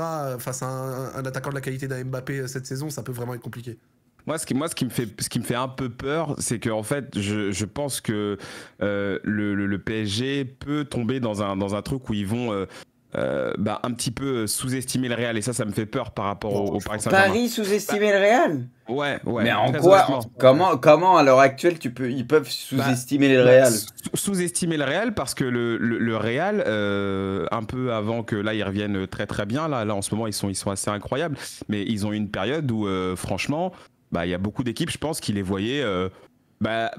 Je pense que beaucoup d'équipes n'avaient plus vraiment peur du Real en fait. C'est ça que je veux expliquer. Moi je pense que le Paris Saint-Germain, quand ils vont affronter le Bayern, City, Liverpool, ils ont une autre manière de les approcher que quand ils vont affronter une équipe comme le Real. Et j'ai peur que justement ils se disent c'est le Real, c'est une équipe qui a quelques carences, même si là en ce moment franchement ils reviennent grave. Mais le Real ils se disent quoi alors du PSG? C'est plus au Real de pas sous-estimer Paris parce qu'il y a plus de carences du côté de Paris que. Le Real est vaincu depuis plus d'un mois et demi et en tête de Liga avec je sais pas combien de points. Les gars, je me place du point de vue du PSG. Je me place pas du point de vue du Real. C'est que dans ce cas-là, ce que je veux dire. Oui, mais ce que moi je veux te dire, c'est que moi je veux que le PSG passe. Je suis supporter des clubs français et notamment du PSG. Donc la peur que j'ai par rapport au PSG vis-à-vis du Real, c'est que le PSG sous-estime cette équipe et se dise on peut les regarder dans les yeux. Et pourtant aujourd'hui, moi, quand je regarde les deux équipes, je pense que le Real est quand même bien au-dessus du PSG en termes de collectif, en termes de projet de jeu, en termes de dynamique. Je pense que le Real, ils sont vraiment loin devant le PSG. Et vu que cette année, on le dit depuis le début, le PSG, c'est très compliqué. On ne sait pas trop ce qu'ils veulent faire. On sait qu'il y a de la qualité individuelle. On sait qu'il y a des joueurs qui sont capables de gagner un match à eux tout seuls. Moi, j'ai peur que le PSG se dise, c'est un adversaire qu'on peut sortir et que ça peut passer limite. Ils vont se dire qu'ils peuvent les sortir parce que sinon tu joues même pas. Mais là où je veux mais voilà. Ce que nous on se dit, nous ce qu'on voit, ils le voient également. Ils ont des mecs payés des dizaines de milliers d'euros pour analyser le Real et prévenir de ce genre de choses. Je pense pas que. Ouais, moi je pense pas qu'il est sous-estimé pour être honnête. Moi je te dis j'ai peur en tout cas que le PSG fasse une sorte de complexe de supériorité face à ce Real là, parce que je sais très bien que quand le PSG va affronter un City ou un Bayern, je pense ils attaquent pas cette équipe de la même manière, tu vois, ces équipes là de la même manière. Je pense que contre le Real, ils ont peut-être une attitude qui va être un peu différente, mais après les gars, encore une fois, comme d'habitude, c'est pareil, dès qu'on émet un avis que vous arrivez pas à comprendre tout de suite, ouais, t'as un footix, tu t'enfonces, tu dis n'importe quoi. Mais non, t'as ton avis, les gars. Après, non, mais c'est pas ça. Parce que dès que tu dis un truc que les gens ont dit, mais on connaît. Sur le chat, t'as un footix. Mais moi, je m'en fous. On en reparlera quand le match arrivera. Mais voilà, je dis juste que le PSG a une attitude selon les équipes qui peut être vraiment très différente. Le Bayern, quand tu les regardes, quel que soit l'adversaire en face, on l'a vu, le Barça, ils étaient à deux doigts de tomber, à deux doigts de sombrer. Et pourtant, c'est comme si c'était le grand Barça de 2010. Donc tu vois ce que je veux dire, le Bayern, n'importe qui en face, c'est la même équipe. Le PSG, on le sait, c'est une équipe qui choisit ses matchs, c'est une équipe qui a aucune verticalité, c'est une équipe où il y a aucune hiérarchie, tu comprends pas ce qu'ils veulent faire, et j'ai peur que contre ce Real là, ils se disent bah vas-y, c'est bon, ça devrait passer, voilà, c'est tout, c'est juste s'ils se sentent d'égal à égal, il peut y avoir de la suffisance sentiment que j'ai. côté du PSG. Ouais, voilà, c'est ça, j'ai peur que le PSG, voilà. D'accord. Bon, c'était mon avis. Ouais, okay. Je suis d'accord avec toi pour ça. Quentin, t'as donné ton avis toi sur ce match ou pas? Ouais, j'ai donné mon avis. Ok. Non, je voulais vérifier pour être sûr. Alors que l'autre il fait n'importe quoi depuis tout à l'heure. Hein. C'est pas n'importe quoi. J'interagis avec le chat. On m'a demandé le tirage de la Conférence League. À un moment, je l'ai affiché. Tu m'es rentré dedans, Braque, parce que les gens n'avaient pas vu. Je ne fais plus jamais une émission si toi t'es à la réalisation. Mais qu'est-ce que j'ai fait de mal? T'es en train de l'encenser, toi. Ah ouais, non mais il a fait n'importe quoi. Mais j'ai tout bien fait. Si tu m'es rentré dedans sur la Conférence League, il y a quelqu'un qui demandait ça a été quoi le tirage de la conférence. Du coup, je l'ai affiché brièvement, je vous avais pas coupé. Ouais, vous êtes dur. Donne-moi la paye de Braque. Non, elle est pas énorme, je te rassure, t'inquiète. Je veux la cacahuète de Braque, je t'en supplie, gros. T'as vu la taille du rat et tu parles de ma paye, il est abusé lui. Non, on finit avec Chelsea, Zach, Chelsea-Lille du coup, ça y est, c'est le dernier match qu'on a analysé. On en a parlé un peu tout à l'heure. Ouais, on en a parlé en vrai. C'est vrai qu'on en a parlé, mais du coup, juste pour répéter au cas où il y a des gens qui étaient là. Parce qu'après j'ai un rendez-vous dans 20 minutes. Donc non, mais tranquille. En gros, moi je vois Lille malheureusement pas être capable de passer la marche. Genre éclatez-vous, prenez de l'expérience ensemble, développez votre petit jeu, essayez de prendre quelques coups sur des transitions avec des Iconé, des Bamba, des Yilmaz, des David qui peuvent poser problème. Mais à côté de ça, je vois pas franchement je vois pas un monde où il passe. Mais après on sait jamais, tu vois, genre encore une fois ça reste du foot, mais ça aurait été sur un match, genre Lyon comme on a battu City, je dis pas sur un match, vas-y why not, mais vu que c'est quand même sur un aller-retour, il y a un match à Stamford Bridge et tout, ça va être dur, je pense vraiment que ça va être dur. Ok. Bon, ouais. De toute façon, non, mais on en a parlé un peu avant. Oui, non, mais c'est parce qu'après, il y a des gens qui rejoignent en cours, tu vois. Non, mais le truc. Les quelques carences récentes de Chelsea.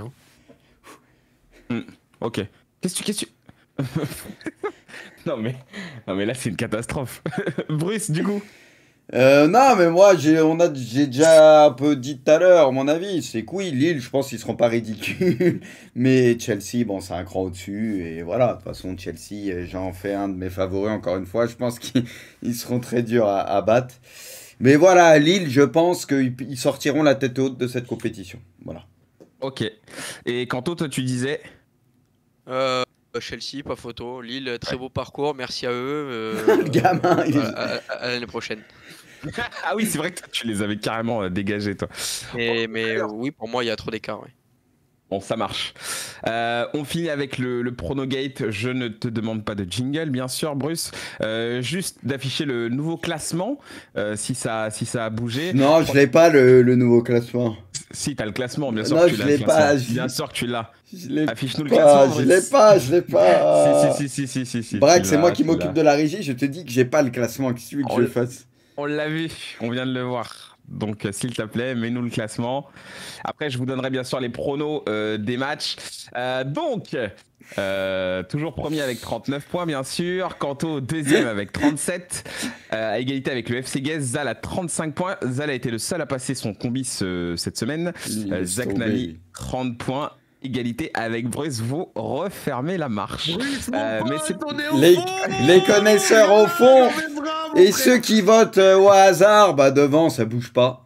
Moi je parie que tu regardes le classement des quiz, c'est l'inverse. Bruce et moi on est au top et vous les châteaux. Bien sûr. C'est ça. Les quiz j'en gagne un sur deux, j'en gagne au moins un sur deux. Pleure Kanto, chouine.